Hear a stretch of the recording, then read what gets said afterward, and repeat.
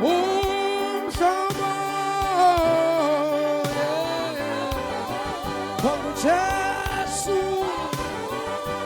wangu Jesu, hallelujah,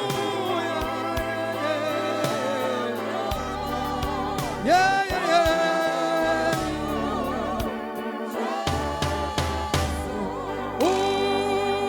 Umhlobo, yeah, yeah, wangu Jesu, wangu Jesu, yeah.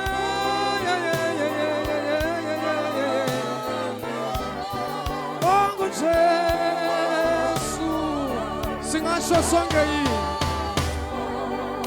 umhlobo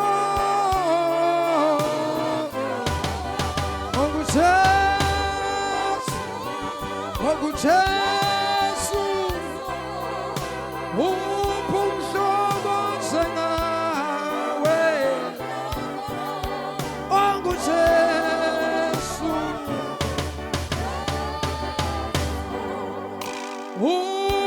Umhlobo, yeah. Awukodwa Nkosi yami Jesu, wangu Jesu,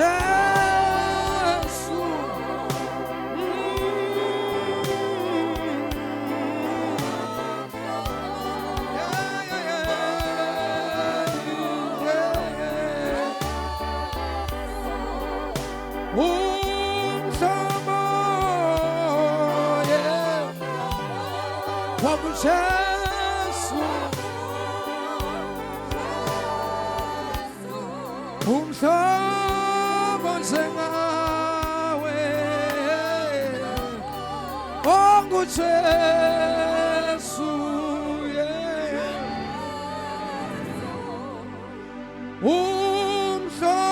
Umhlobo, yeah,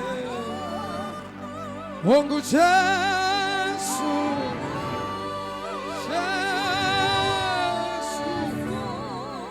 umhlobo njengawe wangu Jesu, shabaya nabasana umhlobo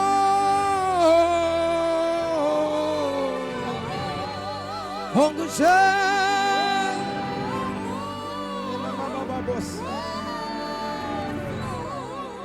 yeah.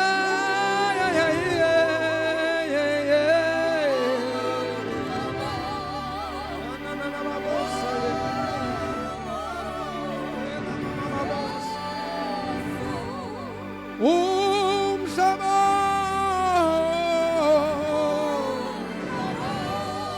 salamando bossa, ea baba bossa nele bossa, sana na mandele bossi, anana na mama maye nele bobo, yeah, yeah.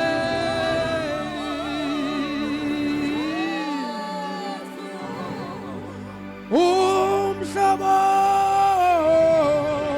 yeah. Oh, Shamaya. Umhlobo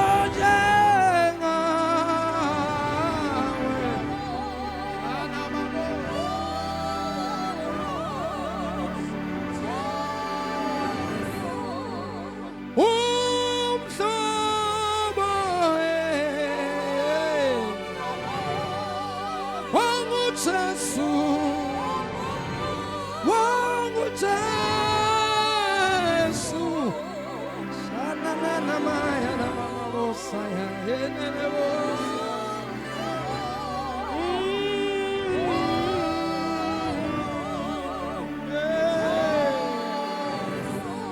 Akoshaya izandla zakho uvula umlomo wakho kumbonga uNkulunkulu. Oh shadabahosaya. Ena mamandele beseya adesia. Mekeli baba bosanta ramando boboshaya. Rika pasu katareke posanta ramandele bosi. Shikatala bababosa katayani bababosa. Bokoshanta ta ta ta ta ta. Yantele pepepe sekela bababosaya. Intele besi kababayonda la basaya. Intele bebesi kababaya adamasi. Rika pashika payantele besia. Uramando bokosaya. Ila mama babaye. Ila mantele besikaya. Ila baba bosha kababa. Ila makusha takata. Ikamando sikapayonda. Urababa shikele. Mama bosia. Bayate nkulunkulu ophilayo. Bayate mdala wazinsuku. Bayate Alpha Omega. Siqalo nasiphetho. Kuye enginguye. Fakazwe qiniso. Mthathelani nomhlanzi wezono. Kuwizolo. Kuwe namhlanje. Kuwe naphakade. Awuguquka ushintshe. Ona mama makushatakaya. Ela baba baba satele bebe. Ikanta maroko shatakata. Ripa papa sota ramaska. Rika poshikataya la babos. Rina mama marondo bobobosaya. Ela baba baba. Ena baba bosa. Baba siyabonga nkulunkulu wethu. Siyabonga Thwala. Siyabonga mdala wezinsuku. Siyabonga Alpha. Siyabonga Omega. Ubani uNkulunkulu onjengawe. Ubani uNkulunkulu ongafaniswa nawe nasemva kwemini. Baba Ngcwele, we thank you and we give you praise. God, we give you honor. In Jesus' mighty name, ngicela simshayele izandla kakhulu uNkulunkulu. Asimshayeleni kakhulu uMoya Ngcwele izandla khona phakathi kwethu.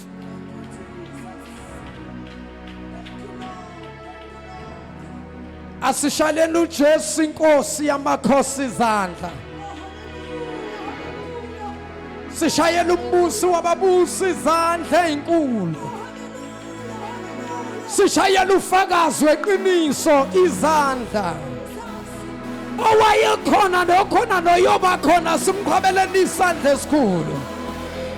Simtshela ukuthi kuba bonke oThixo akekho nkosi njengawe. Sifunile eMpumalanga simfumananga. Sabheka eNtshonalanga simfumananga. Sabheka eNyakatho simfumananga. Sabheka eNingizimu simfumananga. Sifumana ukuthi wena uNkulunkulu ophezulu konke.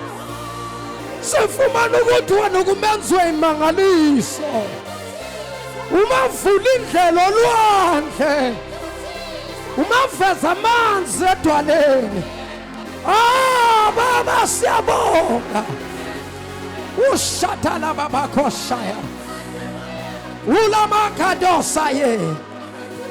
Ela bosa nanamando babosia. Siyabonga uNkulunkulu wethu.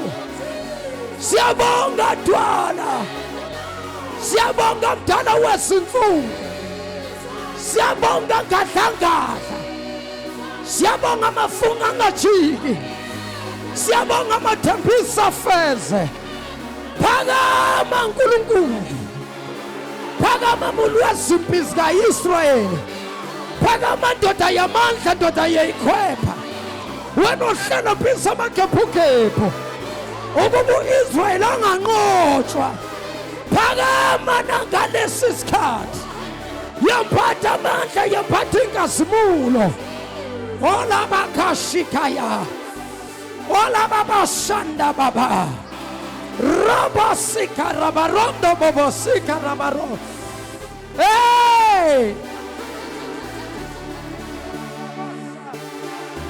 Oh, thank you, Jesus.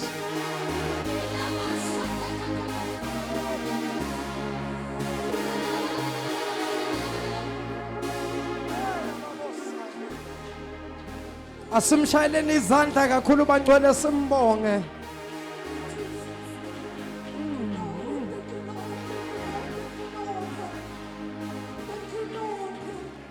Singamshayela yini kakhulu uNkulunkulu izandla emhlathuze ukwendlula lokho esenza ngako. Come on, emhlathuze, let's give the Lord some praise in this place. Come on, let's shout a shout of victory in the name of Jesus. Come on, let us celebrate victory in the name of Jesus. Oh, Shada Baba Kosatakaya. Oh, Sandala Baba Sikele Bebe. Shanana Bokosakatekeya. Sinamabo Seke Baba Babosa. Oh, Baba Siabo. Thank you, Jesus. Thank you, Lord. For the last time, bangcwele ngicela simuphe elikhulu ihlombo uNkulunkulu.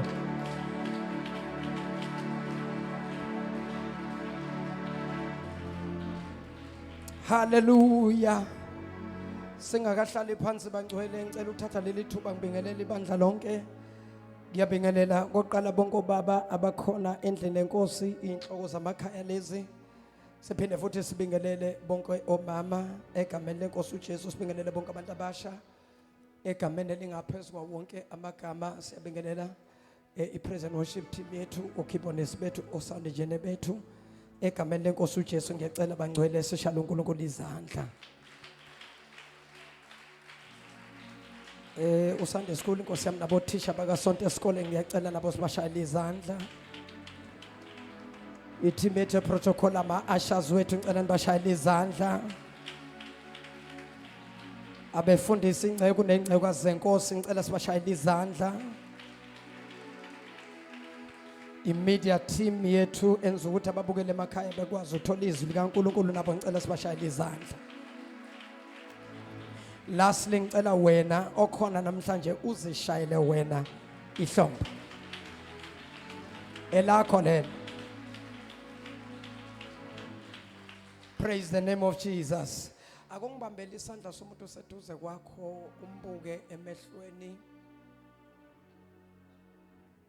Angasho ukuthi abantu bakhulu.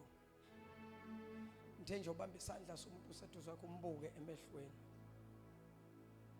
Kodwa makwenzeka ukuthi mhlambe ngusisi useduze noma useceleni kwabhuti, ungambuki ubhuti emehlweni. Ushalazele nje. Umuntu wesilisa akabukwa ngqo emehlweni. Haleluya. Bese ungibuzela yena uthi makhelwane ulindeleni kuNkulunkulu namhlanje. Ngifuna ukuzwa abantu bekhuluma uphinde futhi uthi makhe ulindele ntoni kuThixo namhlanje. Uthi unomakhelwane uthi ulindeleni. Uthi ulindele. Ngicela ukuzwa ngizwanga uthi ulindele. Bonke abalindele isimangaliso, I prophesy a miracle upon your life in Jesus' name. May the Lord do as you wish in the name of Jesus. Omunye uthi ulindeleni. Ulindeleni omunye. Ulindele ukuphiliswa bonke abagulayo namhlanje vele usuku lempiliso. Usuku lwenkululeko. Plus usekhona kodwa or sewahamba nomsebenzi. Hallelujah. Omunye uthi ulindeleni. Ulindele umshado. Yabona ke namhlathuzeke nizowuthola ke umshado ngoba anesabi ukusho. eThekwini ngithena leyo mshado bayasaba ukuyibiza kodwa wona bayawufuna. Nediba so nina nisho kuzwakala ukuthi silindele umshado. uNkulunkulu akanikeze njengokufisa kwenu egameni lenkosi. Mshayeleni ihlombe elikhulu uThixo namhlanje. ake nishayele uNkulunkulu izandla kakhulu we kodwa Nkosi yami Mhlathuze kunento engizwayo nje lana namhlanje kunento engizwayo nje lapha eMhlathuze namhlanje kunamandla engiwazwayo kunogcobo hayi bobazalwana kunogcobo lukaThixo engiluzwayo eMhlathuze ake nilize kakhulu ake nikikise kakhulu ake nishama flat nishama khwe yes bamba sakhuluma ngomhlathuze hayi konakele bazalwane ku2025 siqala ngegiya eliphezulu u6 to 6 uzobe ula Friday 6 to 6 uzobe ula eMhlathuze anganizwa are you ready Mhlathuze for 6 to 6 abekho ready are you ready Mhlathuze for 6 to 6 are you ready for Friday akaniniza kakhulu nikikisa kakhulu ayaya Satan ayaya madimona ayaya bathakatha ayaya akaniniza kakhulu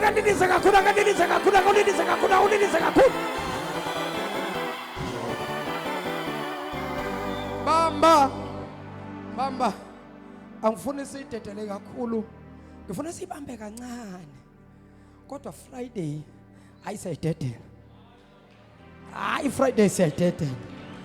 Friday siyidedela bambani ke bazalwa hambani ke manje niyo invite nimeme abantu nibatshela ukuthi u6 to 6 usendlonkulu ya okumnandi ke ngalo 6 to 6 asubambele eCity Hall asubambele ngolezane kodwa asubambela khona la ekhaya la phakathi la yabona Friday uyabona into ongazange uyibone Friday bayehla abaseThekwini kudala ninyuka niye eThekwini bayehla ke kule game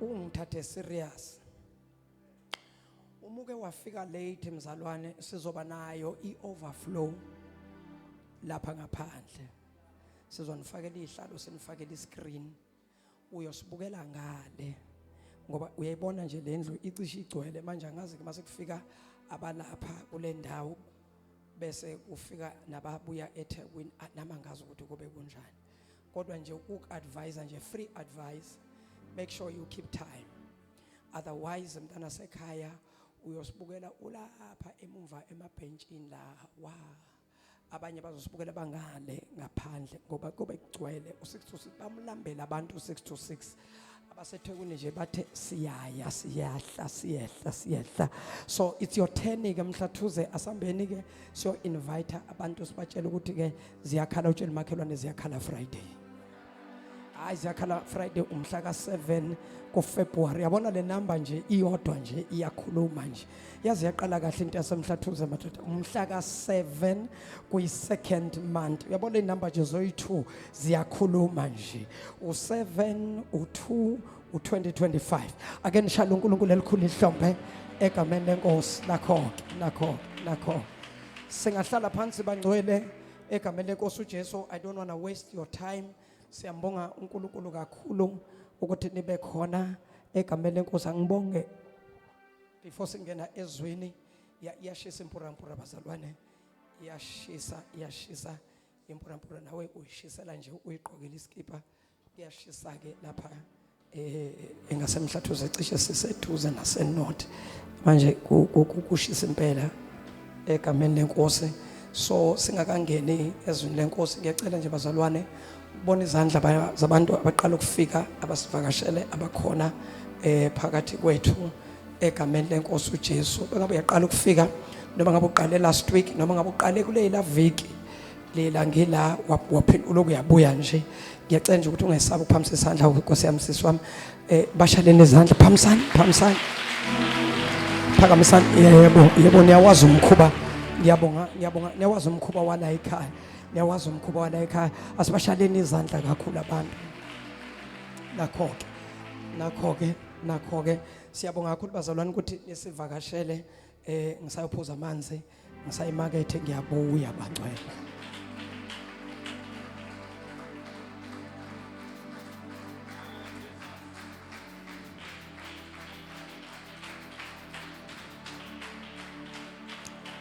Nakho-ke awuyabona manishayela umprofeti ephuza, akuyibusiso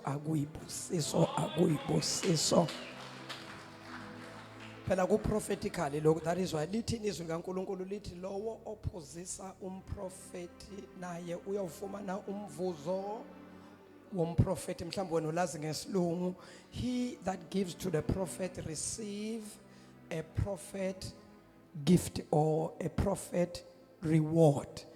Ophuzisa umprofeti naye uthola ucubo lobu. Mshaleni izandla uNkulunkulu.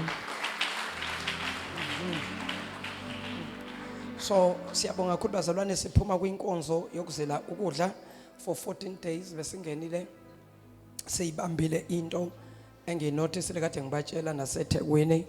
We want to thank God kubantu abazibophezele benza sure ukuthi bayalalela bangena kwinkonzo yokuzela ukudla kulonyaka.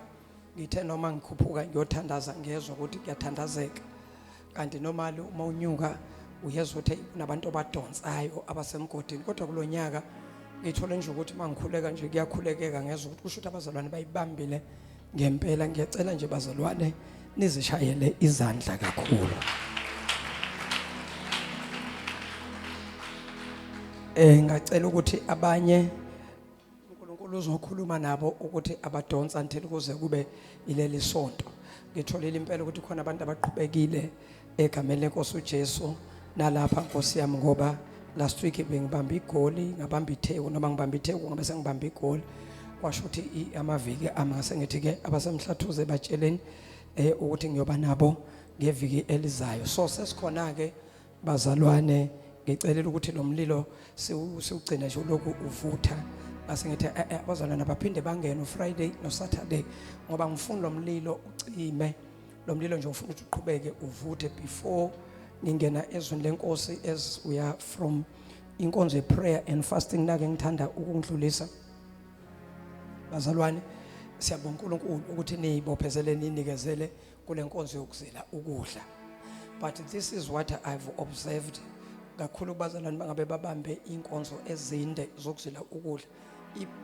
I-mistake enkulu esiyenza uma siphuma kule nkonzo zama fasting, sivele siphume sehlise futhi nezinga ebesikhuleka ngalo isikhathi sokuyi prayer and fasting. This is a dangerous thing, because number one, uma ngabe sizile ukudla sithandaza spiritually sisuke sizibeka kwenye level.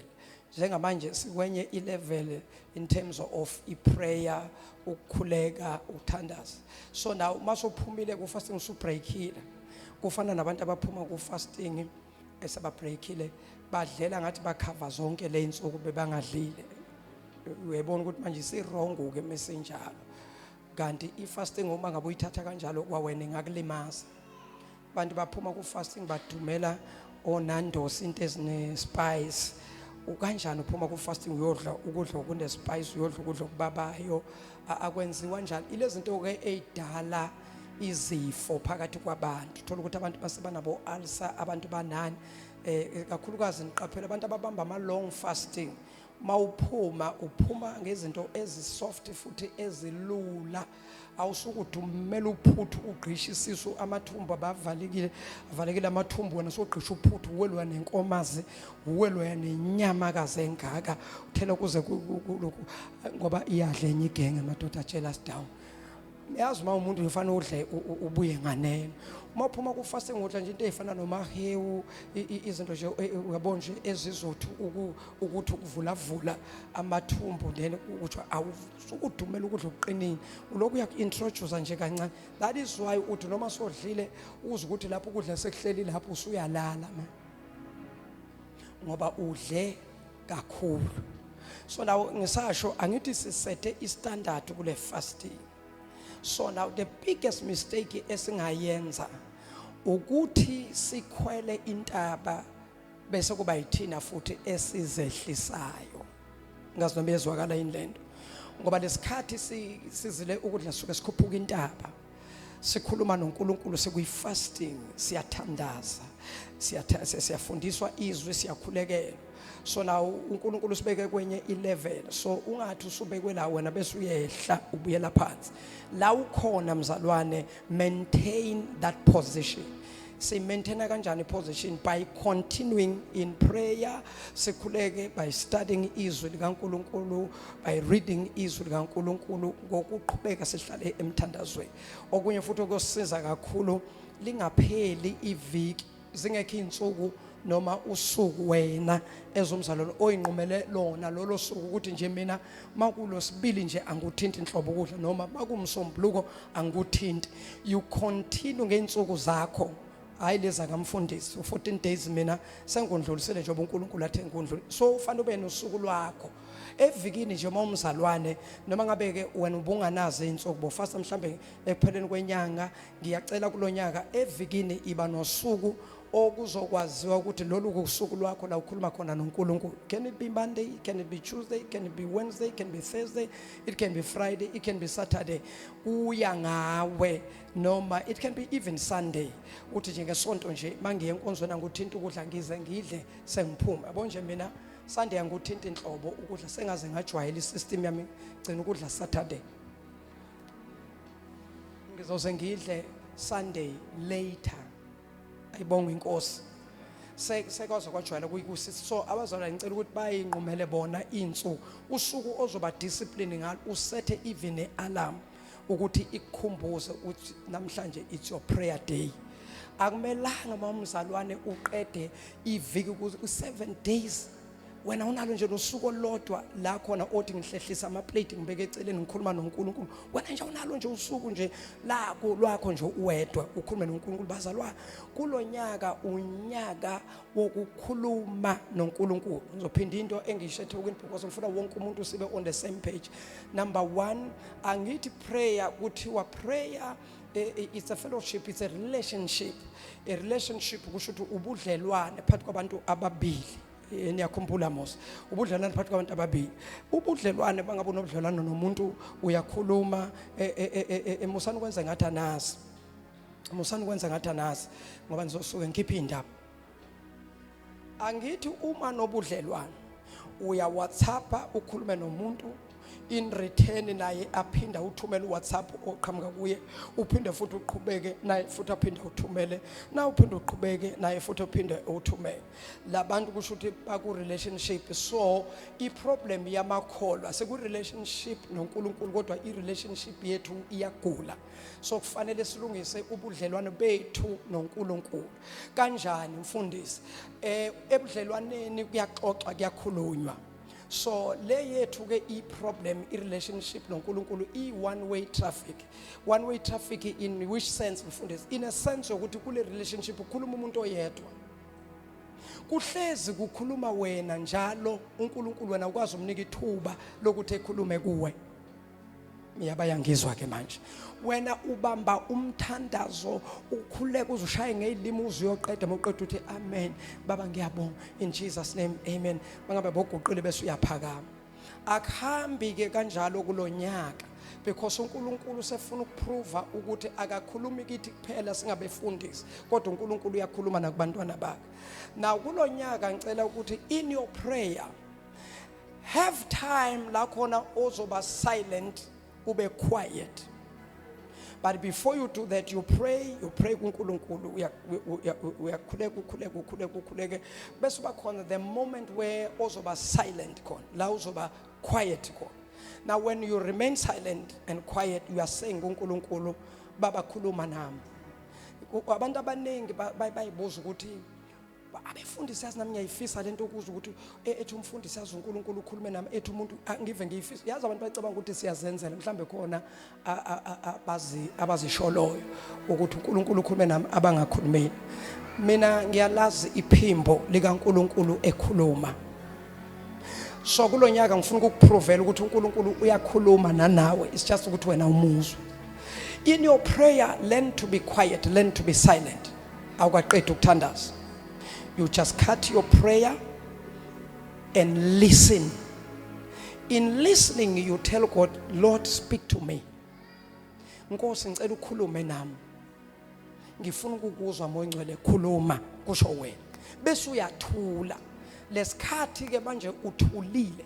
Kwesesikhathi ungathula u5 minutes, kwesesikhathi ungathula u10 minutes, kwesesikhathi ungathula u15 minutes, kwesesikhathi ungathula u20 minutes. Kuya ngokuthi uzofika nini uNkulunkulu. Ungamcrave.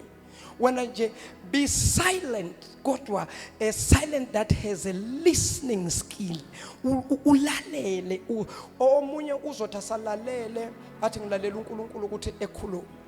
Omunye alalele etshela ukuthi uNkulunkulu uzokhuluma lapha endlebeni. Uzothi ulalele while usalalele kwesinye isikhathi lokuthula kwakho uzufike lobuthongo. Ulwe wena ukuthi hayi amadimoni afuna ukungihlasela, afuna ukungilalisa. Lala.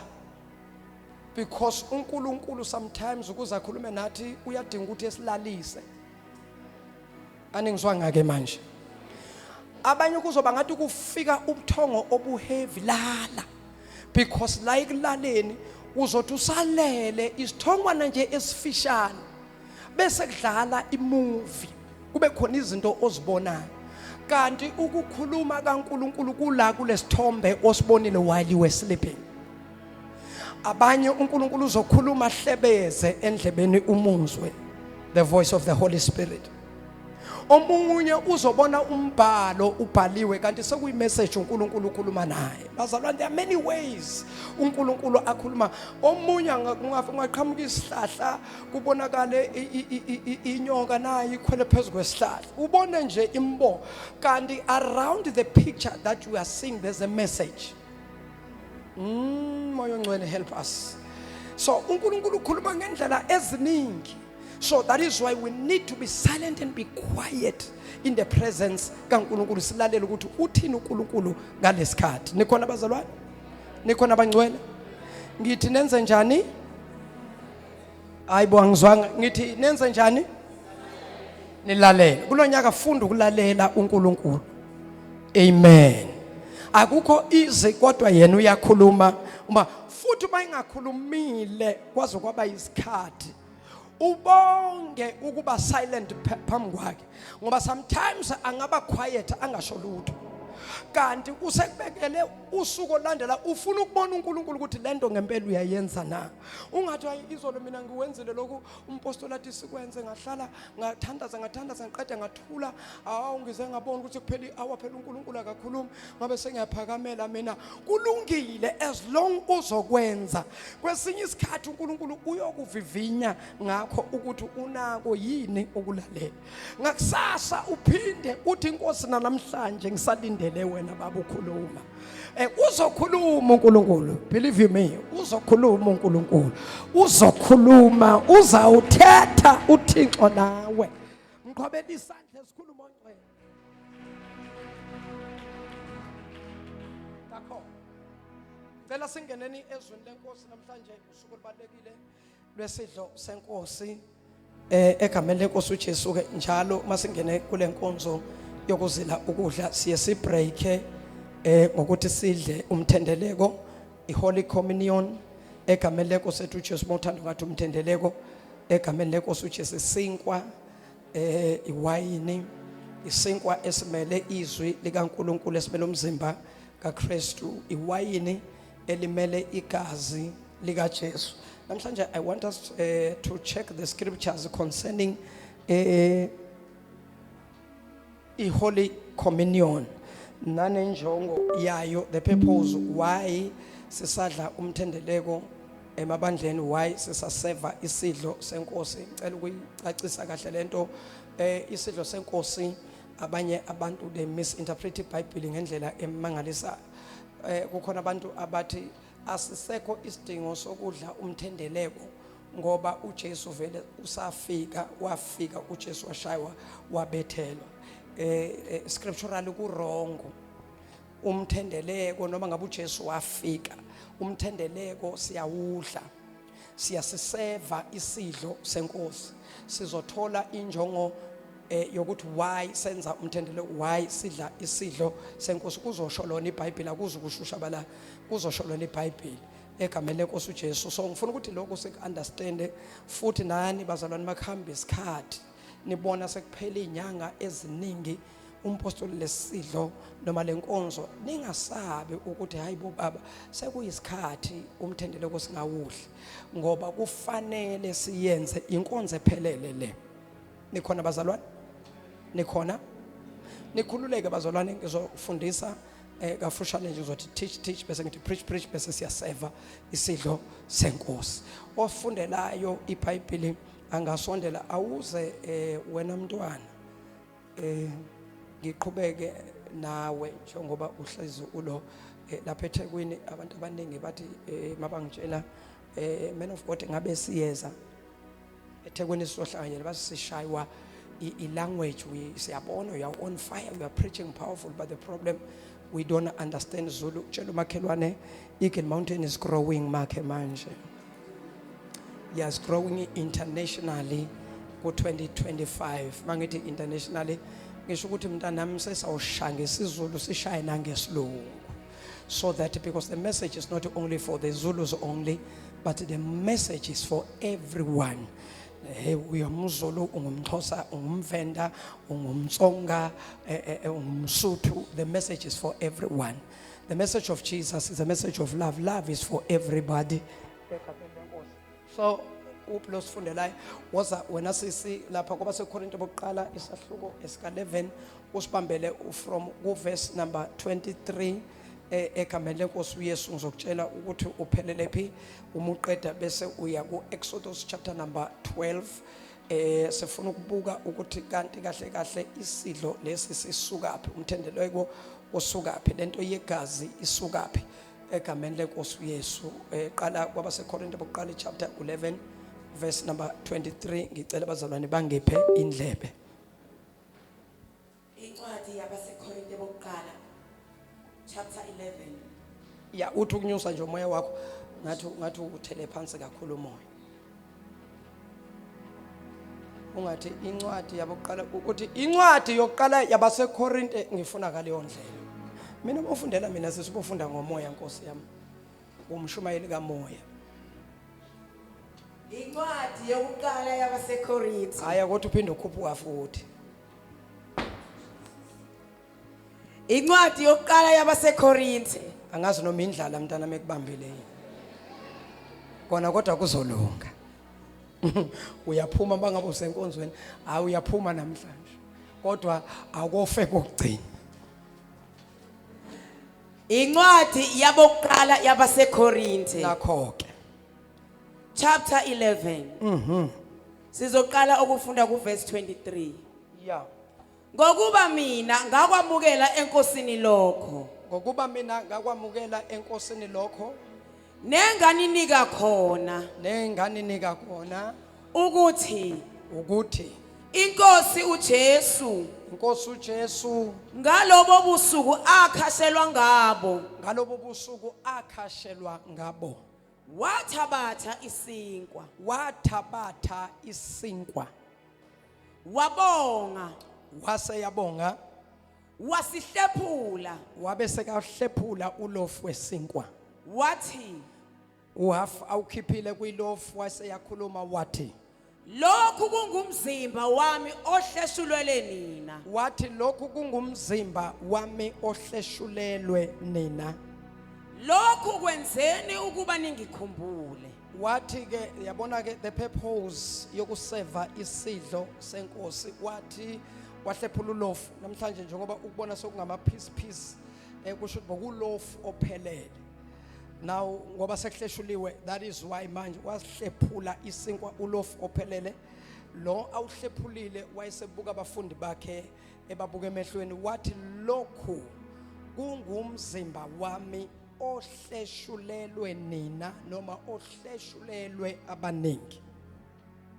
Nawo nakakhuluma ngokuhlephula umzimba wakhe nawubona babecabanga ukuthi ukhuluma ngolofu wesinkwa. They thought he was speaking about the loaf of bread.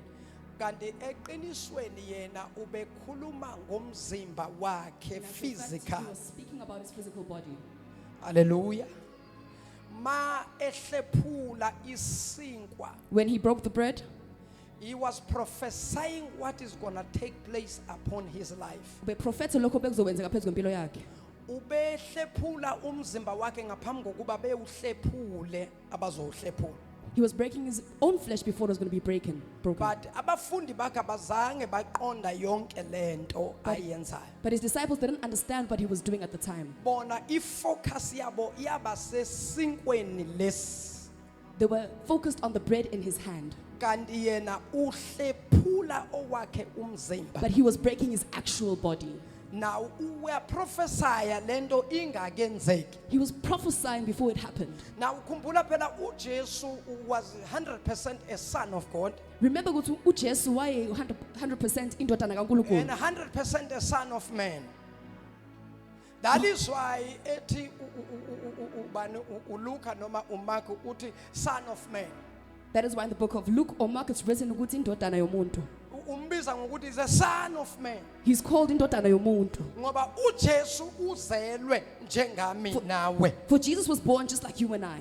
Kodwa mase siya kahle hle ngokwezibhalo. But when we go according to the scriptures, Ukuthi nayi into kufanele si understand ukuthi uNkulunkulu kunemithetho ayimisile. we need to understand these laws that God has placed. And uNkulunkulu uyahluleka ukwephula imithetho ayibekile. And he's unable to break those laws that he has placed. Number 1 ake sibuke nje the process of giving birth. Oqala sibeke uhlelo lokuzala.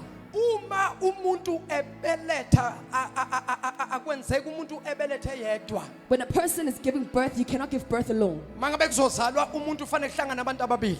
Two people need to come together when someone's going to be born. Then owesithathu bese yavela. Then the third person arrives. So now uNkulunkulu in this case he understood ukuthi umhlaba unikezele abantu. God knew that the world was given to man. And the only way on this earth to give birth, Indlela bezozalwa ngayo kulo mhlaba, it's when a male and a female come together. uma indodana nowesifazane behlangana, Then they will produce. bese bazowakha, Now whatever abayiproduceayo ibizwa ngokuthi umntwana. and they will produce someone called a child. Now uNkulunkulu abantu bawela ezonweni uNkulunkulu thuma abaprofeti. When people fall into sin, God sends prophets. Abaprofeti bafika bayashumayela ngoNkulunkulu. Prophets then preach about God. Bashumayela ngokuzalwa nokuza kukaJesu. They preach about the birth and the coming of Christ. But still umhlaba awuyibambi message And kaKristu. the earth did not understand this message. Bayathunyelwa abaprofeti. Prophets are sent. uNkulunkulu uyamisa even nabaprofeti etempelini kuba khona abapriest. Even in the temples, they are priests. Uthi uNkulunkulu owenza isono akathathe iwundlu noma imbuzi noma yijuba aye kumpriest etempelini. God says, those who have sinned, go take your dove or your goat and go to the house of the Lord. Uma yefika etempelini kumpriest When you get to the priest in the temple, akabeke isilwane abeseya kule yandlu enefastela encane. place your animal and go to the small window. Now there was a window, a small window eyayisobondeni. Kwakunefastela encane edongweni. Now behind that window or behind the wall Emva kwalelo donga, bekukhona umpristi kaNkulunkulu. there was God's priest there, Uma maqondana naleli fastela standing directly across the window. onezono noma onesono uza kumpristi efasteleni. He who has a sin goes to that window. Uma ngabe eza efasteleni efike ethi eguqe noma azehlise athi baba sengenze When isono, someone comes and surrenders themselves, saying that I have done a sin, ngicela ungikhulekise. please pray for me.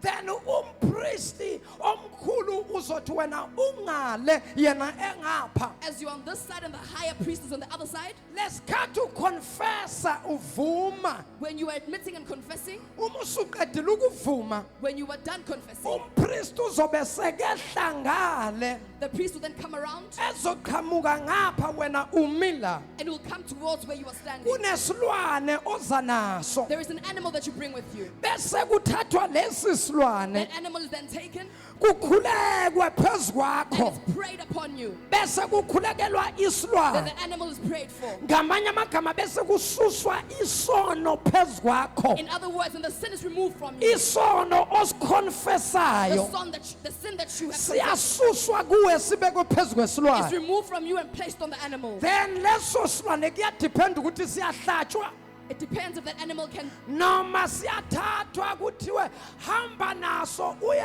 kude bese uyasikhulula sambe that you may take the animal and go far away and let it go. na unasamba lesi silwane When the animal then walks, samba isono somuntu sesitransferiwe sasuswa kuye sabekwa phezu kwesilwane it goes with the sin that was placed upon it. yila khona-ke kwaqhamuka into ebizwa ngokuthi scapegoat That is why there's a phrase called a scapegoat. i-scapegoat ngamanye amagama yinto esisulela ngayo esiphika ngayo Something that we can then take and put upon. ukuthi hayi anginasono mina Say, I have no sin. isono siselapha The sin is over there. lesilwane-ke sizohamba siduke That animal will then move and go and get lost. then automatically bese kuthi isono sakho sisusiwe kuwe It means that your sin has been removed from you sihleli phezu kwalesilwane and is placed upon the animal. now bese kuba khona the law ethi umuntu makazoconfessa asibulawe Then isilwane there's a law saying that when a person confesses, that animal must be uma ngabe sacrificed. sibulawa When you isilwane killed that animal,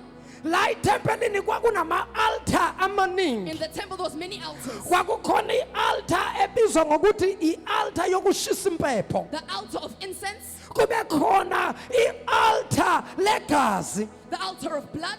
now umuntu bazovuma isono kuhlatshwe le scapegoat noma kuhlatshwe lemvu noma kuhlatshwe lembuzi noma kuhlatshwe lewundlu When you confess, your animal is then killed, noma kuhlatshwe ijuba or a dove. igazi lakhona liyathathwa lithelwe esitsheni The blood is taken and placed in a bowl. umpristi omkhulu-ke The high priest then uzothatha lesi will sitsha take that bowl afafaze igazi kuleli and altar sprinkle the blood on the altar. abesethatha igazi elisele ejikele ngale azongena ngapha He will take the remaining blood and turn it around. ngapha kubizwa ngokuthi yindawo engcwele On the other end is called the holy place. ngale kwindawo engcwele kunendawo ebizwa ngokuthi yingcwele lezingcwele On the other side of the holy place is the holy of holies. uma ngabe umpristi azongena ngalo wamnyango eza la When the priest enters that specific door, kufanele kwayena umpristi he ezihlambulule himself needs to confess and cleanse ngoba himself. akakwazi ukungena kwingcwele lezingcwele He cannot umpristi enter the holy of holies. as much as angumpristi kodwa akumniki ilungelo lokuthi angene kwingcwele ley'ngcwele angazihlambululanga Even though he's a priest, he cannot enter without cleansing himself. uma ngabe umpristi ezongena kwingcwele When the ley'ngcwele priest enters the holies of holies, uyaboshwa ngeketango he's tied with onyaweni a chain on his leg. uzohamba umpristi uphethe igazi The priest will go carrying the blood. lapho onyaweni kukhala insimbi ikenqenqe On the leg there is a chain making a sound. uya kwingcwele ley'ngcwele He's going to the holy of holies. ngale kwi-holy of holies kukhona umphongolo kaNkulunkulu There is a covenant of lo God. mphongolo athi uNkulunkulu kuMose akawenze The act that God said that Moses must create. lo mphongolo owawunamakherubhi athintene Where ngezimpiko the cherubs were touching each other's wings. phakathi kwalo mphongolo kukhona induku ezimbili induku kaMose induku ka-Aaron Within that ark there is a stick of Aaron and bese Moses. kuba khona iscroll Kube nenkembe.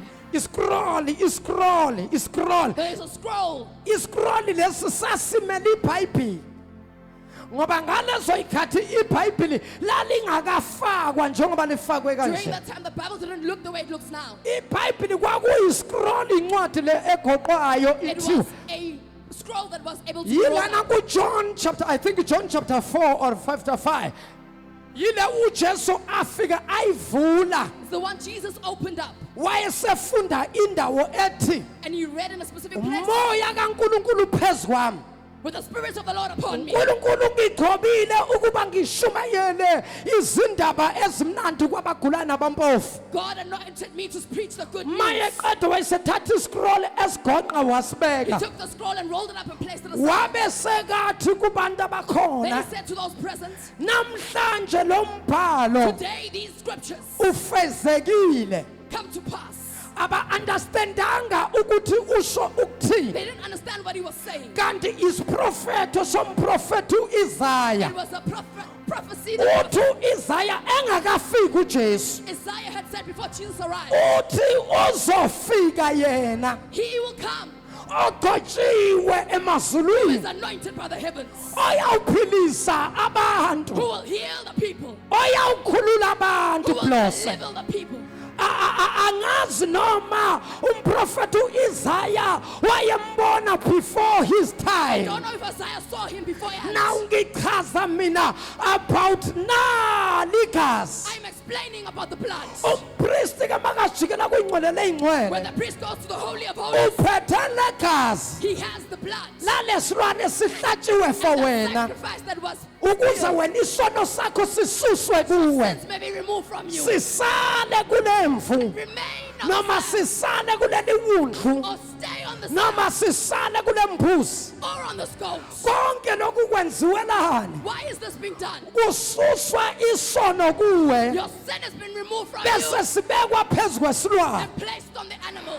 By doing so Wenza njalo, your sins were cleansed. isono zakho But the zathelelwa. Bible says, IBhayibheli lithi, Hebrews chapter number 10, ngokwabahebrew chapter 10, verse number 4, on verse 4, lithi Bible, the Bible says, it is impossible akwenzeki that the blood of animals ukuthi igazi leli can wash the sins of man. zingahlanzi It is isono somuntu. impossible Akwenzeki for the blood of animals ukuthi igazi leyilwane to wash the sins of man. zingagezi isono Abantu sabantu. babeyibulala iy'lwane People kill animals beze kumpriest and come to the priest bekhulekelwe and being prayed upon udeclare phezu kwesilwane that there's ukudeclare phezu komuntu a sin upon the person, ukuthi isono sakho sisukile that your sin has been removed sihleli phezu kwalesi silwane. upon the animal. Now la sifunda khona Where we are reading, sithola umpostoli we Paul find Apostle Paul efundisa ibandla laseKorinte teaching the church of Corinth ngesidlo nangokubaluleka kwesidlo about senkosi. the importance of the Holy Spirit. Kunezinto azikhuzayo He umpostoli is rebuking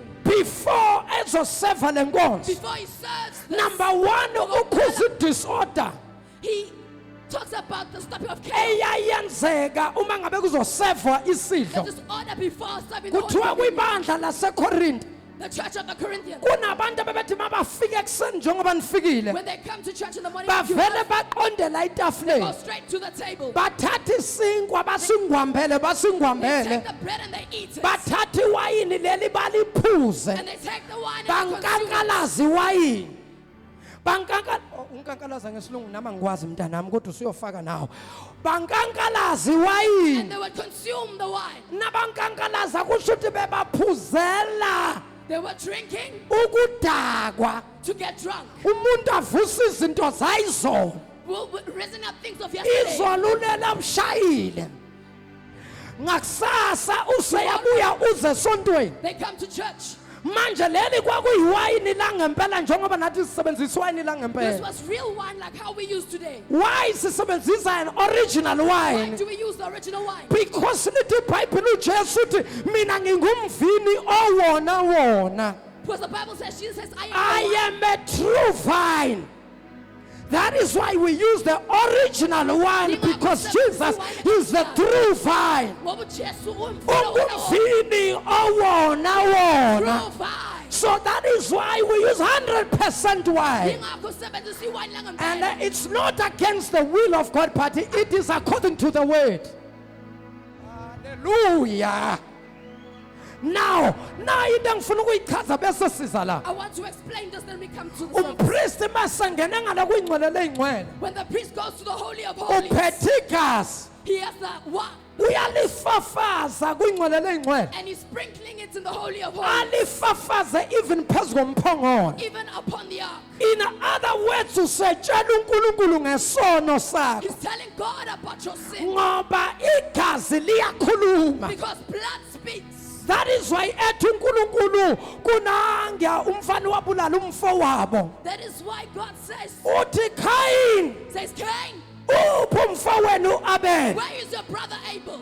uthi uKayini angimazi angiyena umlindo umfowethu mina Cain said, I do not know, I'm not his baby. uthi uNkulunkulu ngibuza wena He says, I'm asking you. ngoba igazi lika Abel liyakhuluma emhlabathini Because Abel's blood is crying for me. ebazalwane igazi liyakhuluma Whereas blood speaks. blood speaks Igazi liyakhuluma. liyakhuluma igazi Blood speaks. uma ngabe kwakhuluma igazi lika Abel Abel's blood. kangakanani igazi lika Jesu How much more Jesus? ngoba igazi lika Abel Because Abel's blood, lalikhuluma impindiselo it was speaking revenge. kodwa igazi lika Jesu But Jesus' blood likhuluma intathelelo was speaking repentance. igazi lika Abel Abel's blood lifuna impindiselo wanted revenge. kodwa igazi lika But Jesu Jesus' blood, lithi makube khona ukuthula may there be peace. let there be peace Nakube khona ukuthula. upon earth Phezu komhlaba. ebazalwane Brethren, kunamagazi there akhulumayo are blood that kodwa speaks. ngenxa yokuthi But because samukela we uJesu accepted God, kukhuluma igazi lika the Jesu blood of Jesus speaks. namhlanje igazi lika Jesu Today, Jesus' blood liyakhuluma kuNkulunkulu speaks to God. ukuthi kungani abantu bengaphili Then why are people not kanti getting healed? mina gazi ngaphuma But my blood kungani was abantu washed out. bengakhululeki Why people are not being kanti mina delivered? gazi ngaphuma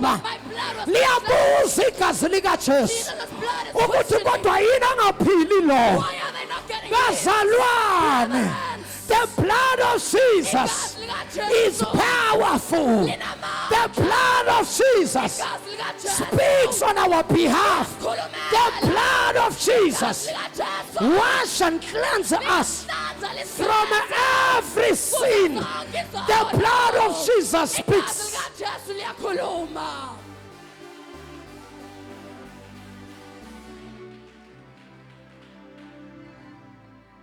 Hebrews 10 funda mntanami Hebrews 10 verse number 4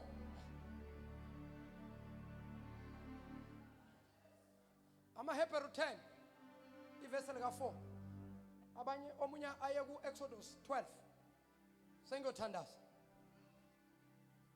tshela umakhelwane liyakhuluma leli gazi lizokhulumela there are things esizkhulekelayo with our prayers The things we pray for ngomkhuleko wethu, with our prayers lezinto fanele basiyithole we shouldn't be receiving them. when we pray Masikhuleka, uNkulunkulu ethule and God is silent, engasho lutho saying nothing in that moment. abe sathi uJesu kuNkulunkulu Then Jesus says to God, for the sake of my blood ngenxa yegazi lami, do it Lord cela umenzele do uNkulunkulu. it Father Yenza baba, for the sake of the blood ngenxa yegazi. kunabantu esiphila ngomusa kaNkulunkulu There are people who live by the grace of God. ngabe sesafa We should have been dead a long time kodwa ago. uJesu wathi ngenxa yegazi Jesus said, because of my blood. omunye nje ngabe sewashona emndenini Another person has usindiswe nje ukuthi wena usindisiwe wazana noJesu they were saved because you were saved. kunabantu efanele ngabe sebashona emndenini There yethu should be people who have been passing kodwa out ngaso sonke isikhathi masithandaza but every time when we pray, liyakhuluma igazi lika the blood of Jesu Jesus speaks. oh hallelujah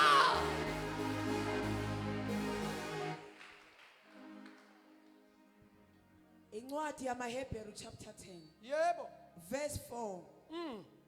Ngokuba akunakwenzeka ngokuba akunakwenzeka ukuba igazi lezinkunzi ukuba igazi lezinkunzi nelezimbuzi nelezimbuzi lisuse izono. lisusa izono it's so impossible I don't care abantu bangathini Abantu bathini? I don't care abantu bangathi silahla amasiko silasiyekisa abantu silahlisa abantu amasiko abo abantu abasahlabi abantu abasaphahla People no longer sacrifice or go and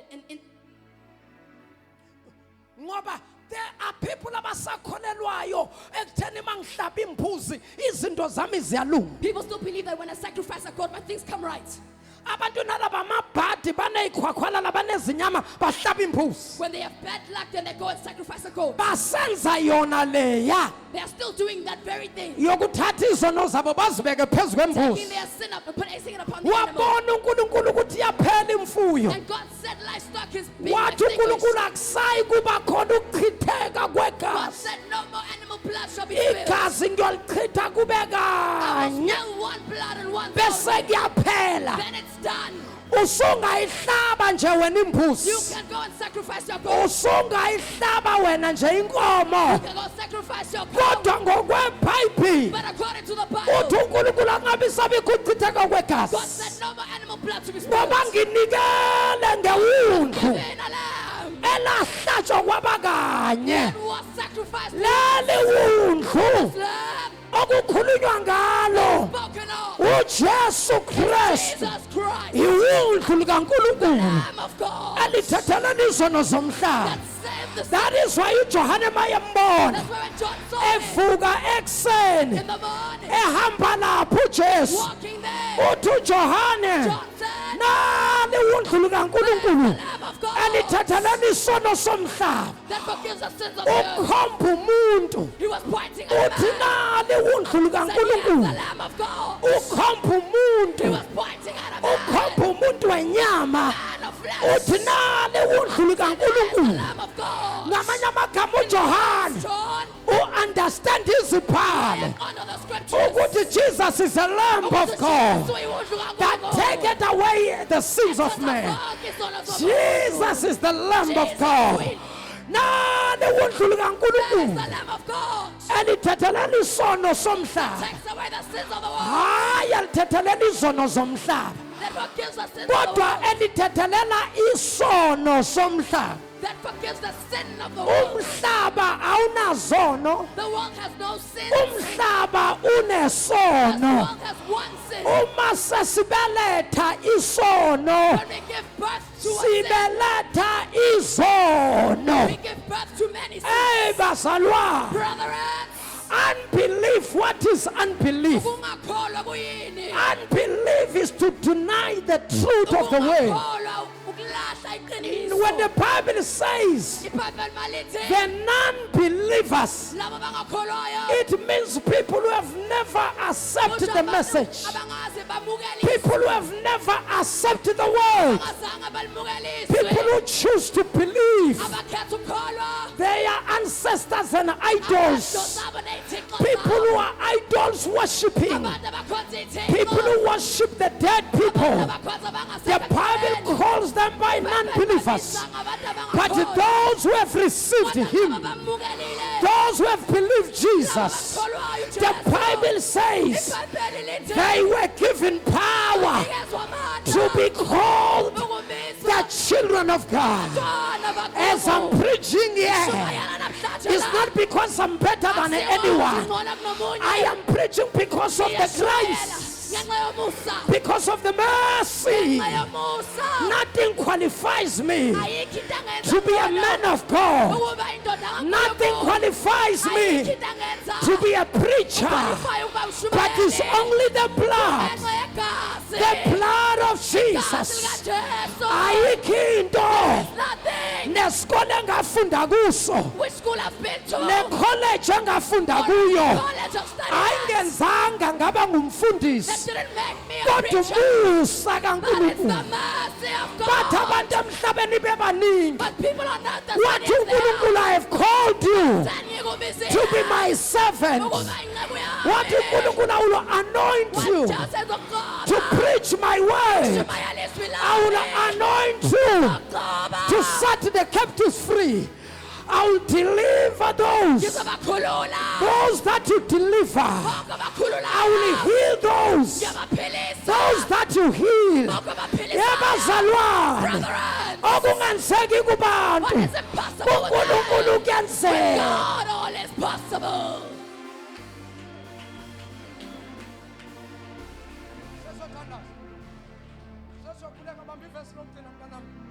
Lalelani, seningayihlaba imbuzi You can go ahead and kill goats neyinkunzi and bulls nifuna inhlanhla, and going searching for good luck. kodwa izwi likaNkulunkulu But the word of God lithi ngikumisile ukuchitheka kwegazi. says that I have stopped the spilling of animal Manje blood. abaqhubekayo bachitha igazi, Those who carry on spilling blood of animals, igazi ke liyayikhulumela. blood speaks on its own behalf. Sebayokhuluma phambi They will kwaNkulunkulu speak before God ukuthi balichithele and negazi, explain why they ngoba spilled the uNkulunkulu blood. walichitha igazi kwaba kanye. For the Lord spilled blood once. Lesinkwa esisibona la, The bread we see before us, njengoba sihleshuliwe namhlanje broken. umzimba It is the kaJesu body of Christ eshaywa being whipped, elinywa emhlanje being beaten, by the earth, eshaywa ethwele isiphambano beaten while carrying the cross, eshawa ngempama beaten with a sling, ekhahlelwa being kicked, ethukwa being cursed upon, ekhafulelwa being spat upon. kodwa sithwele But he isiphambano carried the cross, ebheke khona eGolgotha going on to bathi awuprofetha ngithi wena ungumprofethi this. Are you a prophet or awusho prophesy? ukuthi ubani okushayile Say who hit you. lithi The iBhayibheli Bible says wathula he njengemvu kept quiet phambi like a sheep kwabagundi bayo before those who did it. akazange asho He lutho said nothing kwaze kwaba sekufeni until he passed on. yebo ukufa Yes, dead. ukufa The kwesiphambano death of a cross. akazange asho lutho He said nothing. wathula He kept quiet, wasithwala isiphambano carrying his cross. yingakho That is namhlanje why today sizocelebrate lolu suku we are going to celebrate this day. yingakho That namhlanje is why today sikhumbula inkosi we are yamakhosi remembering the God of our yingakho That is why namhlanje today we sizomemezela are going to declare ukufa nokuvuka the death and kwenkosi the resurrection of God. yingakho That namhlanje is why today we sizomemezela are going to declare ukubuya kwenkosi the uJesu coming back of Jesus Christ.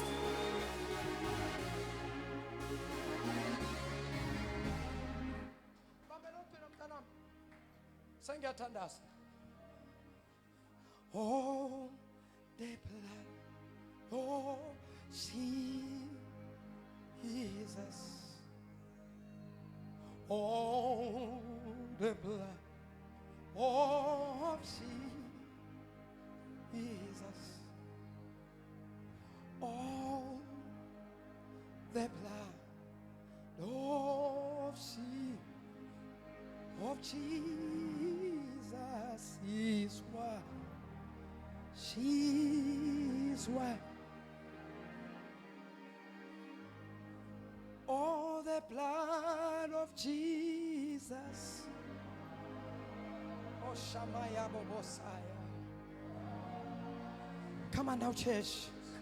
Oh, the blood of Jesus.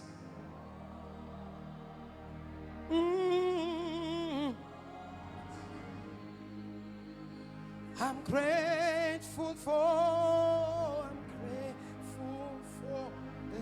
blood of Jesus, for his washing. She's what?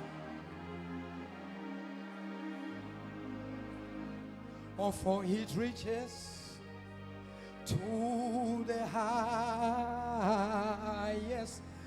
mountains, and it flows to the lowest valley. Oh, wonderful blood, oh, wonderful blood that gives from day from le keyboard ayisazi slow.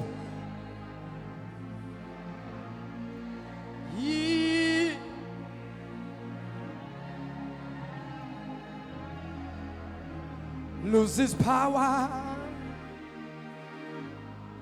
Igazi lenyamazana, igazi leyilwane, The blood of animals liyoma will dry up, aphela amandla kulo. and the powers will Kodwa disappear. igazi But the likaJesu blood of Jesus, nanamhlanje even today, lisakhuluma into still ayodwa. speaks one thing: Umusa, grace, umusa, mercy, umusa, favor, umusa. grace.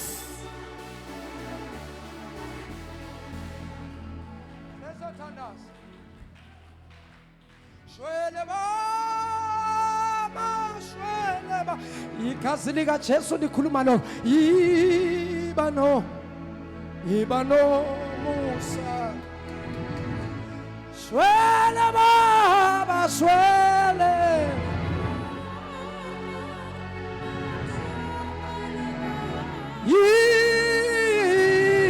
iba no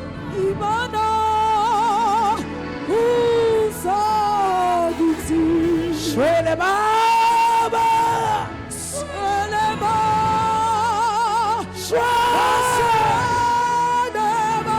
Swele Nkosi.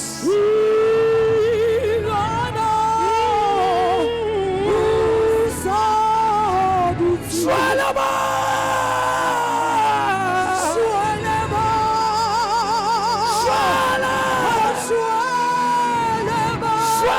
Just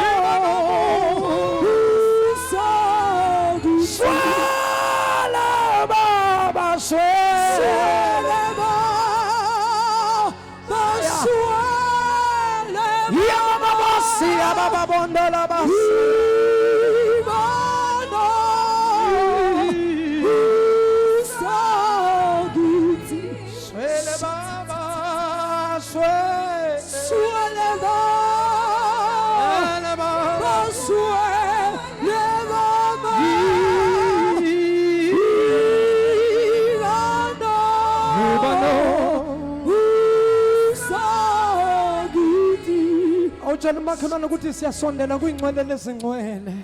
Tell your neighbor we are getting Singena closer. ngegazi. We are entering with the blood.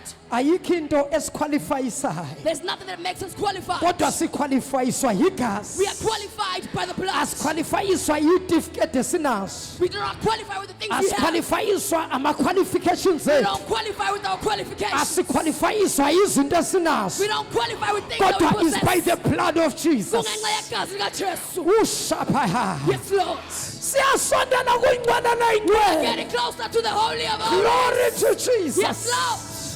Oh, hallelujah. Sengiyathandaza I abangcwele. am going to pray, brethren. Bamba sengivala. Igazi leyilwane.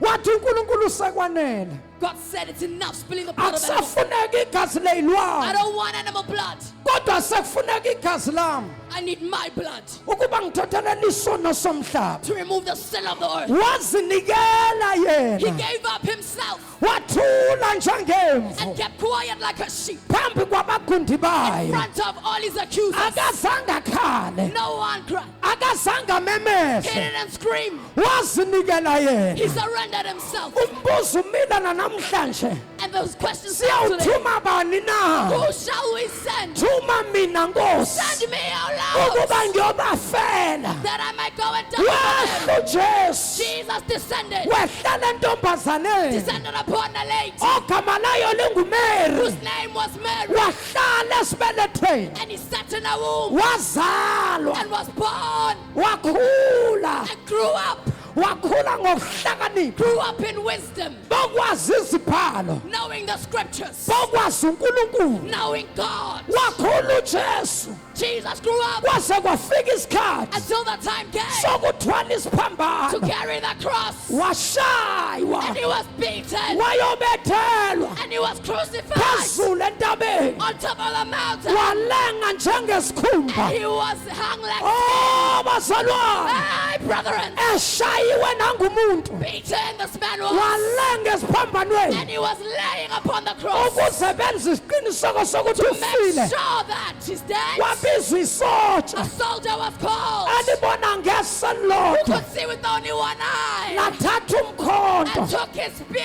Alenga phezulu and esiphambанweni. Jesus hung on the cross. Lagijima He lesotsha. ran Libona ngeso with lodwa. one eye, Lafika lomhlaba. and he stabbed him. Lomhlaba ohlangothini. Stabbed him on his side, Kwaphuma and igazi. the blood gushed Kwaphuma out. amanzi. Water came out Enxebeni of lodwa. the wound. Igazi lokuqala. First blood, Idrop yokuqala. the first drop, Yahlala kuleso sat on the lalendoda. eye that was blind, Elalingaboni. ukubona was not being able to see. lavuleka And immediately. it opened ngaleso A sikhathi. first miracle The first mangaliso phezulu kuqala, entabeni. on top of the mountain. Yabona indoda The man could see. ebeyingaboni ngeso Couldn't lodwa. see with one eye. Yakonfesa le ndoda. Wavuma ngaleso Yathi sikhathi. ngempela lo Say this boy ube indodana was kaNkulunkulu. the son of God. Ngempela lo Yes, indeed. uyindodana The kaNkulunkulu. son of I'm God. prophesying today. Prophet There namhlanje. are people who leave this place. Kunabantu abazosuka kule They will ndawo. confess Jesus Abazovuma uNkulunkulu as my Lord njengenkosi. and as my Savior.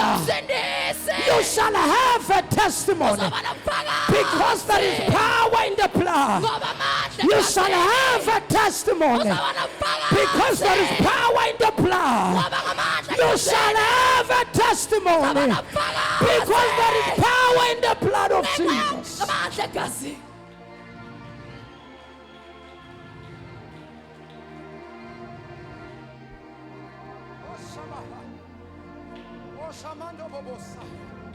Hey, hey, sahamba siyibandla If you go as a church salahlekelwa ile nkonzo and we lose the service, asasilona ibandla lika Kristu we are no longer a church of Christ. sesilamabandla wecult We are a church of Satan, lamabandla omkhathi a church of accounts, la wenza izinto ngamandla with strange powers where we do things ngamandla. kwalahleka le nkonzo le When we lose the service le of ministry, nkonzo yangasenziwe emabandleni the one that is not done in church anymore. baleka kulelo bandla Be careful of the church, ngoba lena nkonzo because that service, lithi ibhayibhile as often as you remember iBhayibheli ithini? do this service Nenkonzo. ngamanye amagama bela siyenze le We nkonzo need to do the service njalo as often as we ngoba remember. masenza le nkonzo njalo When njalo we do the service, often, sivuselela icovenant we are renewing the covenant noNkulunkulu with God. ngoba masamba kule ndlela But when we walk on this kukhona path, izinto there are ezisingcolisayo things that dirty us ukuze impilo yethu for our life ifane nale ndwangu to be the same as the kumele Lord. sidlule We egazini need to pass by the kumele blood. sicwile We egazini need to be dipped in the kumele blood. sizenye We egazini need to be born by the ngoba blood. masicwile egazini But when we are in the blood, ama-sports namamakhi all the blemishes ayasuswa are removed. sibangcwele shaya bakhosaya We sibangcwele become holy.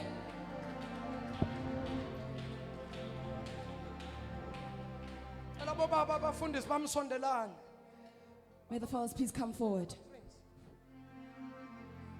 namhla Nkosi siyamangala uma sibheka emuva kuba wena wawunge ngabe safe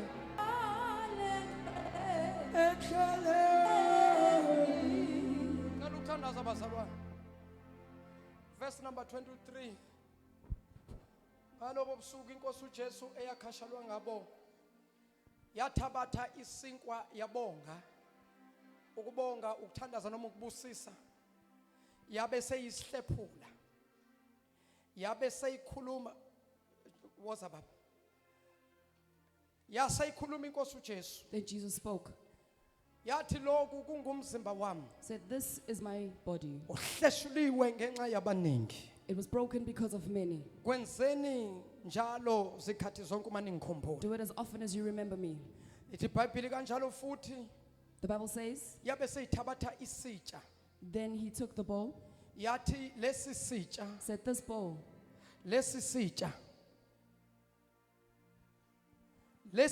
siligazi lami This bowl represents my blood. lesi sitsha This bowl siligazi lami is my blood elichithakele ngenxa yabaningi that was spilled because of many. ngaso sonke isikhathi uma nidla every time you eat niphuza kulesi sitsha and drink from this bowl, nikhumbula ukubuya kwenkosi you are remembering the return of Christ nokuvuselelwa kwesivumelwano. and the renewal of the covenant. In other words, namhlanje Ngamanye amazwi, today, we are renewing the covenant with God. sivuselela, We are saying, Lord, renew us.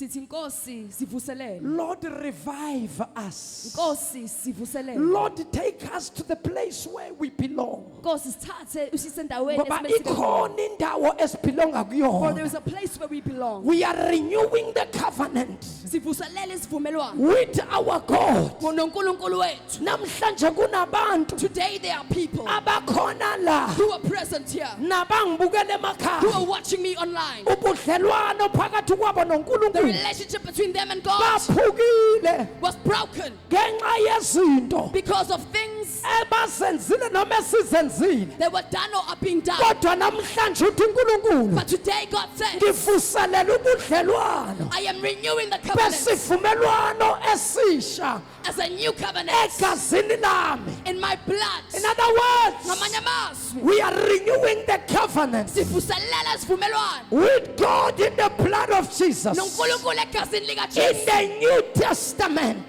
kwiTestament elisha. Lord, revive us. Nkulunkulu Jesu sivuselele. Lord, revive Nkosi us. sivuselele. Lord, revive Nkosi us. sivuselele. Renew your covenant Vuselele isivumelwano with sakho. us in Jesus' Nathi name. egazini likaJesu. Shaya izandla ushaya igazi likaJesu. Clap hands for the blood.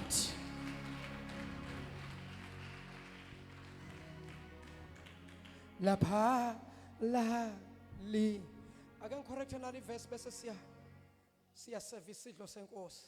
I'd like to correct one verse and we continue with the service of Holy Ngenxa Communion. yesikhathi ngeke ngisathi bafunde ngizolukhuluma. I will not read it, but I will preach it. I think verse number 27 and verse number 28. If I believe it's verse 27 and 28, Verse number 27. 27. Uthi yilowo nalowo odla lesi sinkwa aphuze leli gazi Says each individual who will eat the bread and drink the blood ngokungafanele unworthily, uzidlela aziphuzele icala. they are eating and drinking in sin.